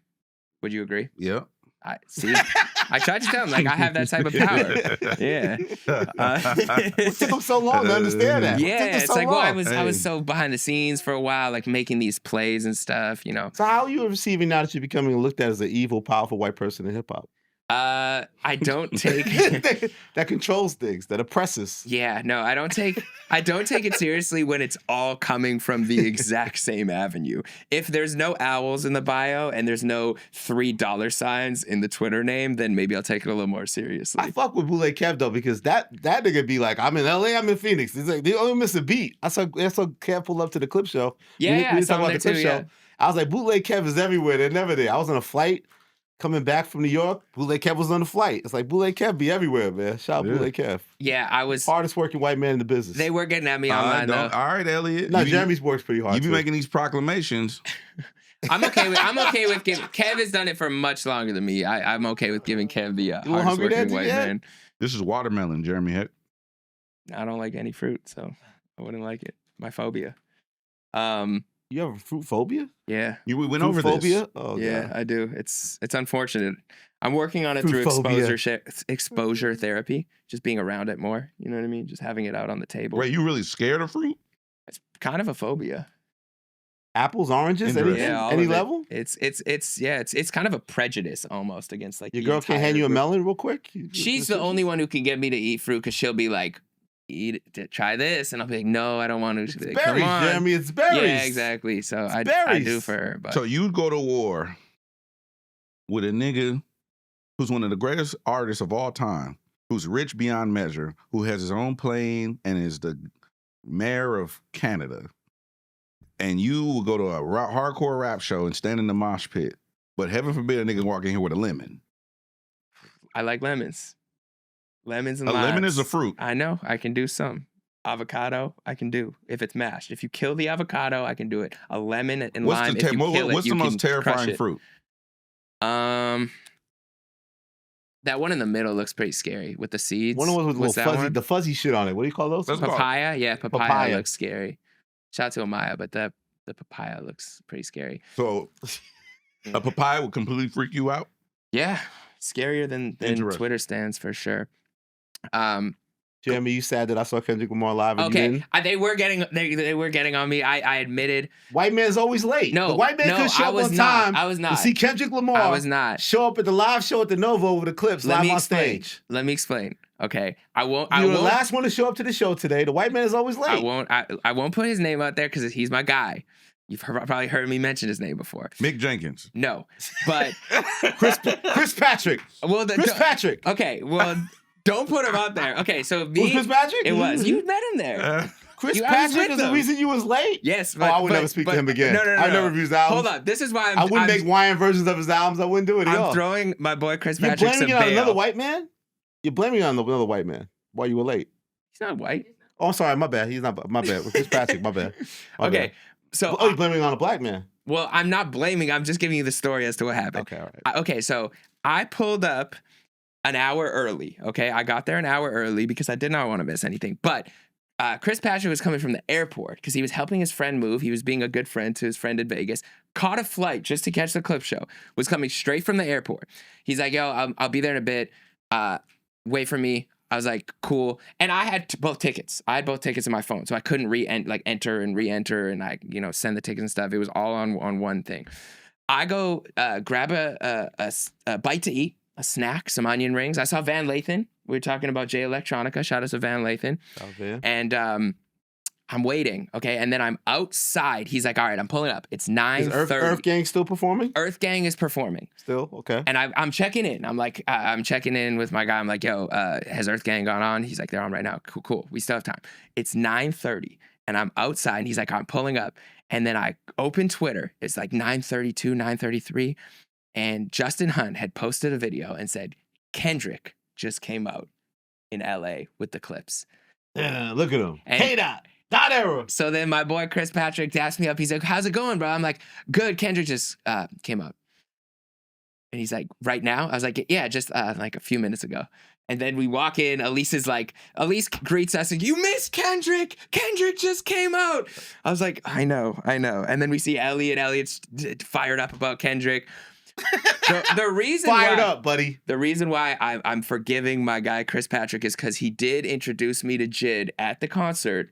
And me and Jid chopped it up about his album. And, you hadn't met Jid before? I had only met him on a carpet, but not like a proper introduction. So, even though I didn't get to meet Kendrick or see Kendrick, I got to meet Jid, and we talked about how great his album is. Why didn't you just kind of stay in the venue so you could hear what was going on before you step out to...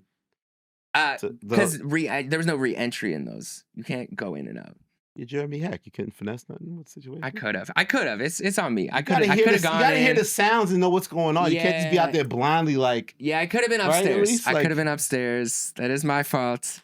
But because DJ Hed, if you're at a show and you're about to see something exciting, your man's outside, but you gotta have his ticket or whatever, blah blah. You're not leaving the thing to go. You gotta make sure you see Kendrick first. I don't participate in none of that. But you got to wait for Kendrick to perform, champ. Then I'm gonna come out and get you. When I went to the GNX tour, nigga, I sent Gina Views her ticket. You're not waiting for her, is what you're saying. So that's probably a phobia of yours. You don't want to be dependent on waiting for somebody to. It's not a phobia. I just don't. I'm too old for that shit now. Hey, bro, you get there when you get there. I'm inside. That's I'm what I'm a seat. Seated. I'm Elliott Wilson. That's Jeremy Hecht. Just the bigger picture. But they did kill it. The Clipse, incredible performance, high energy. You wouldn't know, nigga. I missed one song. I missed one song. He saw everything else. I saw the rest of the performances. He missed the opening song. Was the opening song. They started off with it. Oh, they started the whole show with it. He walked out, walked off. That was it. Dot had the car outside. That was out like a. He said he was going into the crowd to watch the rest of the show. His ass was on the highway, man. That's no, he wasn't. Freeway. You think he was right in the crowd watching it? Was you there? You was investing with other African Americans. You don't know about that. Are you mad that you missed it, even though you had a great time in Atlanta with a lot of young? But he did watch the show. You have that on good accord. I have on good merit that he watched. You of course knew he was coming out. Of the show. You knew he was coming out, of course, right? You No. didn't want to tell us. No. No. Okay. Making sure. You enjoyed it though? I hate this show. Okay. You said I was fired up, right? I said you were fired I was up. yelling Dot Era throughout the whole Novo. Dot Era! Who took this photo? Dot Era! I don't Look know. at that photographer extraordinaire. Is that from yours? Yeah. Somebody took this photo from the balcony? And they called Elise out there? Oh, Elise says she's only in the pit. She don't play around. Yeah. Like if she's in the Novo, if she ain't in the pit, everybody gets fired up So I there. have a question. Everybody's gone. It's lost her city. Yes, sorry, yes. So Kendrick did watch the show. So look, DJ Hed not even being here still has news for us. This is how well connected this guy is right here. That Kendrick did watch the majority of the show. He stayed in attendance. What was the next? What was like the next 5 songs? Do you remember? POV. No, I'll pull up the set list. Yeah. No. Because did he comment on one of the songs? Like he said, yo, this. I'm just asking the question, Jeremy. Okay, I'm putting things together. Keep Maybe he said talking, the I video got or you. something. This nigga always fishing. I can't fish. You not with no bait? You gave me the bait and I put it on the fishing pole and I threw it back. What was like the POV? They do Chains and Whips. They do every show Chains and Whips first. POV, Popeyes, What Happened to That Boy, Mike Tyson, Blow to the Face, Inglourious Basterds, My Mom's So Sorry, Keys Open Doors, Mr. Me Too. Those are the first 9 songs. This is the same set, 17-song set. All right, so see if there's balcony footage of What Happened to That Boy or Mr. Me Too. I don't think anybody caught Kendrick in the crowd. No, you're saying I'm not saying footage nothing. from the balcony to on the stage, like of the stage, right? I'm just Because there might be a video somewhere from the lens of Mr. Morale. The secret area. There's an area. So that was lurking in the balcony. I didn't say that. There's a double balcony. But no one caught footage of him being sighted in the balcony, is what we're saying. He's ducked off. I'm just asking a question. What question are you asking? He's asking if there's balcony footage. There's balcony footage. There isn't, or else we would have seen it. You think that people No, are not hiding? of Kendrick, from the lens of Kendrick, potentially. He's saying there's a video potentially that Kendrick took watching That's the not show. what I'm saying. Potentially. That's not what I'm saying. Allegedly. That's me not putting allegedly. this How together. would we know Kendrick shot the video? I'm And not that wouldn't prove he's in the balcony. I'm not even alleging that. Unless he pulls back and You does don't know the his screen back and lens? like, me, I'm doing it. You don't know his eye? The way What he... puzzle are we in now? You wasn't even fucking there. You was in Atlanta. What are we talking about at this point? All right, well, fuck it. No, I gave you the set list. So you saying he stayed till Mr. Me Too? No, Track I'm nine? not right saying, here? I'm not saying Where's nothing. Where's this photo from? This looks like it's from a balcony. But where did you pull it, Alex? Did you send it? Okay, I was just making sure. I don't know. Maybe it's from... This looks like it's from the balcony. Okay. At the Novo, Yeah, right? Yeah, at the Novo. Yeah, I know the venue well. Okay, so So maybe... you're saying there's also an area of the balcony where Kendrick could have stayed low key and saw some things. I'm and just not be saying that bothered. there's places to watch the show. Multiple places to watch the show. And you believe he stayed and watched the majority of the show. I believe that he probably did. If he said that, then yes. Because he's such a man of his word. Man of is his what you're word. saying. Not because you're a journalist and you have on, for the record, a source that told you he I stayed have for the no majority idea. of the show. You're just a media man now. You're not a journalist Just right a now. media man You're a speculating. radio personality. Speculating on tiramisu pictures on Twitter. That's it. One day. Also, last and final thing, your man Glasses Malone had a... That's going to be one of our spotlights. Okay, yeah, that's what I figured. So, but All right, we can lead play us some of the off. video. Spotlights. Segue. He had a what? He had a video where he... Did you see the video? I did see the video. Interesting. It was huh? very Was it interesting. direct? It was very interesting. Yes. That's how y'all feel? What? This creation of the song? Who's This visual? What? That is Hey, Alex, interesting. play it. From, yeah, I think around 3 minutes 30, yeah. Let's go live from inside the courtroom. Yeah, this game needs me like a hoe need a pimp, nigga. Pick a side and play the fence with the bitch niggas. Send a gold 7 doses, creeping on them. Baby's ruling in my lap like she's sleeping on them. Black chucks, fat laces, tatted knuckles against braces. Spit your teeth out and grab faces. Yeah, fuck the mama if you coast racist. Bastard. The cloth we cut from ain't for sale. Sidewalk University with fake fail. The only Joey we fucking with is the west side. Ain't no families over here, bitch, we all slide. Keep it up and get hog-tied. Get more than your mural whacked out, fucking with our kind. Gangsta rap when the game need a Alrighty. You can't put us out the pasture, this game needs Watch me. your mouth when you're speaking to our Yo, alpha. Fountain. Little rascal, fucking alfalfas. Yeah, I'm about to I'm stymie very the happy. game. You smiling a lot. You smiling a lot. Well, Why is this necessary, DJ Hed? why was necessary? This creation, this song, the purpose of it, the visual. Who was that person supposed to be looking like there? It looks oddly familiar. Somebody Does it? said it was Ish from the Joe Budden podcast. It could be Ish. I don't know why Ish is in the video. Why put Ish in the Shout out to video? Ish. Shout out I to look Ish. like Mr. Shakort. Shakort. Okay, what's your relationship with the record? You knew this record existed. Yeah. Were you at the video shoot? No.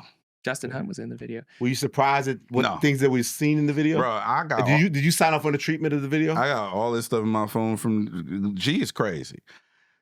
And if you You if said you know, G is crazy. Glass Malone. yes, but if you're familiar with Glasses, you know, a lot of stuff is provocative. What do you think inspired his provocateur stance with this record and the visuals? What inspired it? Did something recently happen? No. Just art. Does it imitate life? Also, I'm imagining, was this guy just walking around like the Compton courthouse? What was the Drake lookalike contest did going down at? What swap meet was that at? How did they find him? Maybe he was a runner-up from the Toronto It's a contest. Glasses Malone song called Wanted featuring Jurassic 5 and shout out to the LA Giants. I know about Jurassic 5. Who are the LA Giants? They're a group from LA. Okay. They're dope. Old school group also? Or no? Nah, Oh, okay. nah. So what's dope is if you go to the DSP, go to your favorite DSP, Elliott Wilson. Oh, I heard about this. Curtis King told me about this. That Yes. they isolated everybody's individual verses, right? Yeah. So he's recreating the maxi single type thing. But yeah, the LA Giants is Joey Westside and Deuce Mac. They from LA, the homies. Oh, that's cool. Huh? That's cool. Like it's each verse is its own each verse song. is its own thing. Everybody's getting their own light. Yeah. And there's a version I can still hear with everybody on it too, or just different. Nah, you listen to it. If you press play, it'll play through. Oh, got you. So it doesn't exist as one file. It shows up as an EP. So technically, if you listen, Well, there's not one version that has everybody on it. Unless it you is play a it version. down. Yeah. The playlist. Yeah. Got you. Not one file per se. No. Got you. Yeah. He's just doing something to manipulate the system in a way that people aren't thinking of yet. So Glasses Malone, you can say, is somewhat of a disruptor. Hell yeah. And Glasses has more patience than most, because I was talking to him over Twitter because I went into one of those OVO Twitter spaces unknowingly and didn't know what I was getting in. He's loved there. Well, he throws his own. He throws his own, and he'll throw a Twitter space and it'll be like, let's talk about Owls versus, like, he'll just like provoke and just let it run and just debate these guys like one to one for hours. And I'm like, how do you have the patience? I was like, I realize once you treat it as comedy, it is very fun. And he's like, So yep, Glasses battles these fools on the internet all day. Does he have his own podcast? Is he a media man? He's a media man. He has a podcast called No Ceilings. That's right. It's on the Black Effect Network. My bad. Yes. Okay. Yes. So he's a media man. Another media man. He's a peer. Glasses Malone is a peer. Yeah, media man. He might get the Drake interview. What if he got it? That'd be very That'd spicy. be interesting. How do we know to really be Drake? It might be a lookalike. You never know. That's true. My other spotlight is spotlight. Well, yeah, go check out Wanted. It's dope hip hop. But my other spotlight is Miles Minnick. The new album is out now. If you're watching this, the new album is out now. Shout out to Miles Minnick. He's on your chest. Yeah, this is merch. No pause. No, this ain't no pause. This is merch. You know what I'm saying? On the back, God bless the West. God bless the West. Merch. God bless the West. God bless the West. Merch is out. But yeah, that Via Della Rosa is out. Go check out that new album. It slaps. Ain't our credit on that? Hey man, God bless everybody. Is it a slap fest though? Everybody loves slap fest. It's some slaps on there. It's a slap fest. Yes. Okay, I got some mainstream spotlights this week. 2 Chainz on his new album was rapping his ass off. He was. On the intro specifically, I think it was some of the best rapping that we've gotten from 2 Chainz in a long time. Mutual Bonds is the song, but I like fire. Like he was really talking shit in a very eloquent way. Cudi, one of my favorites all time, Kid Cudi. Oh wait, one thing on Chainz first. It's from a movie though. How can you see the movie? Red Clay. Is it out? Can you watch the movie right now? Or it's... Yeah, at least it was at the premiere, and I know it was kind of like a documentary, it was a scripted documentary-ish thing about his life and his story. And his, the executive producers, right? Yeah. And yeah. Red Clay. Coming soon. So yeah. So it's a soundtrack to that project. Yeah. Mm-hmm. Kid Cudi, new album out now. I'm always so happy when Cudi drops a great project. Sometimes I feel like there's times where he's very experimental and it's really tough as a fan to listen to because it's so far left. But then I think there's moments where he finds like a perfect fusion of like his past sounds and some futurism on there. And I just feel like Free is his best project in a very long time. Maybe probably since Man on the Moon 3. I really liked his soundtrack to, speaking of soundtracks, he had that show, the cartoon show. The soundtrack to that was great. But yeah, Free was super dope. My favorites off of it were... I have a 2-track version of the album. Okay. I'm enjoying. Okay. I had Opiate and Deep Diving were my 2 favorites. I have a 2-track version of Cudi's album. What's your 2-track It's in my version? phone right now. I can see that. Opiate is Opiate. Yeah, that's mine. And Deep Diving. Those were my 2 favorite songs too. Impeccable taste, man. Come on, I should go up and be a fucking music journalist and conquer this whole thing. We should start our own label. Okay. I should go up to be the greatest hip hop journalist of all time. I have a gift. Too late. Already happened. Exactly. You're the greatest, Jeremy, though. Honestly, man. I just want to let you know, I wouldn't even be here if it wasn't for you. You're my second-person shooter, man. You're amazing. It's great. Should we hug on stage?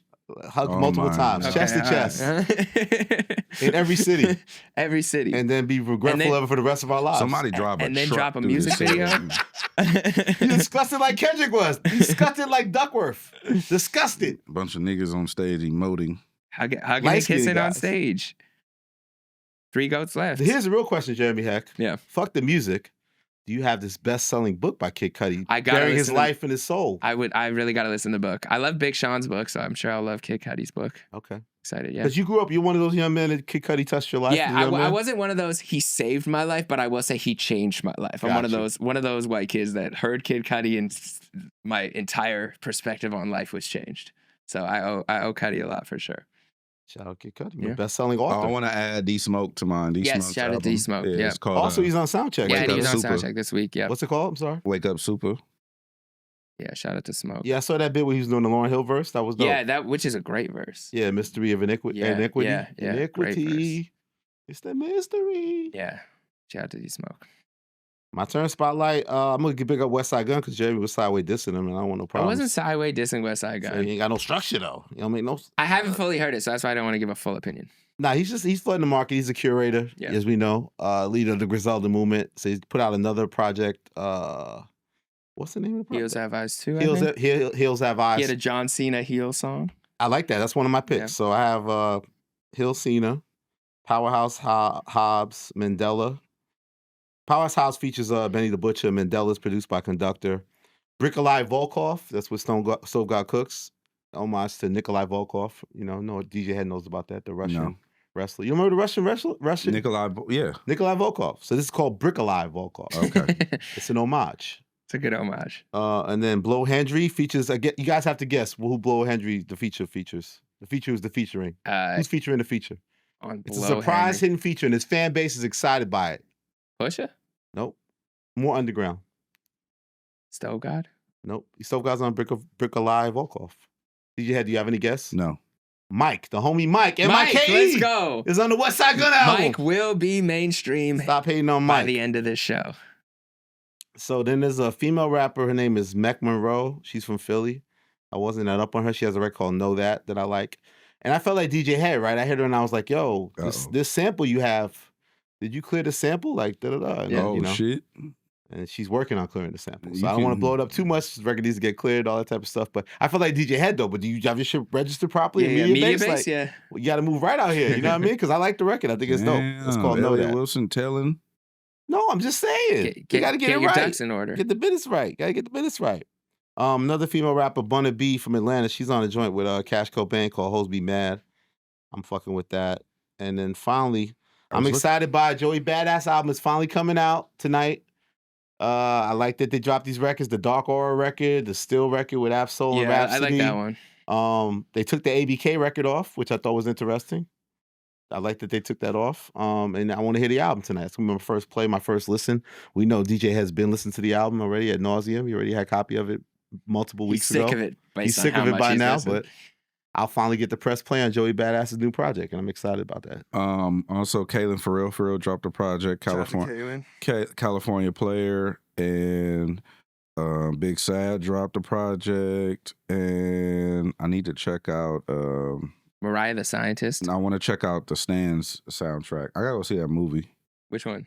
Eminem Stans. Oh yeah, I want to see that too. Yeah, it had limited Los Angeles release. Was it out in the theaters? It's not available everywhere, but I need to go see it. I'm gonna listen to the soundtrack, but I want to go see it. Field trip? No. Okay, sounds good. Yeah, wasn't disappointed. That's fine. I didn't. Make sure you like and comment and subscribe. That's fine. Cool. Why do you want to see it, DJ Hed? Because you're a big Eminem fan, right? I like Eminem. Yeah. Make sure you like, comment, subscribe to the channel and all that. And what, Elise? What happened? What happened? She waiting for me. She's saying, wrap it up. What? You're producing out here? No, the bigger picture. And then shout out to the chat. And then shout out to our caller, Mark. Yeah. Mark, does Mark get a t-shirt? No. We don't have enough t-shirts to just be given away. Also another spotlight real quick. Sham 1016 dropped a dope ass song, and so did Mark Lux. Mark Lux and Sham 1016. Go look that shit up. And we'll see you next week. Do it. The bigger picture! All right. You want more of a crisp ending? Is that what's going on? Okay. We obviously have a little banter after the plug, and then we just wrap it up.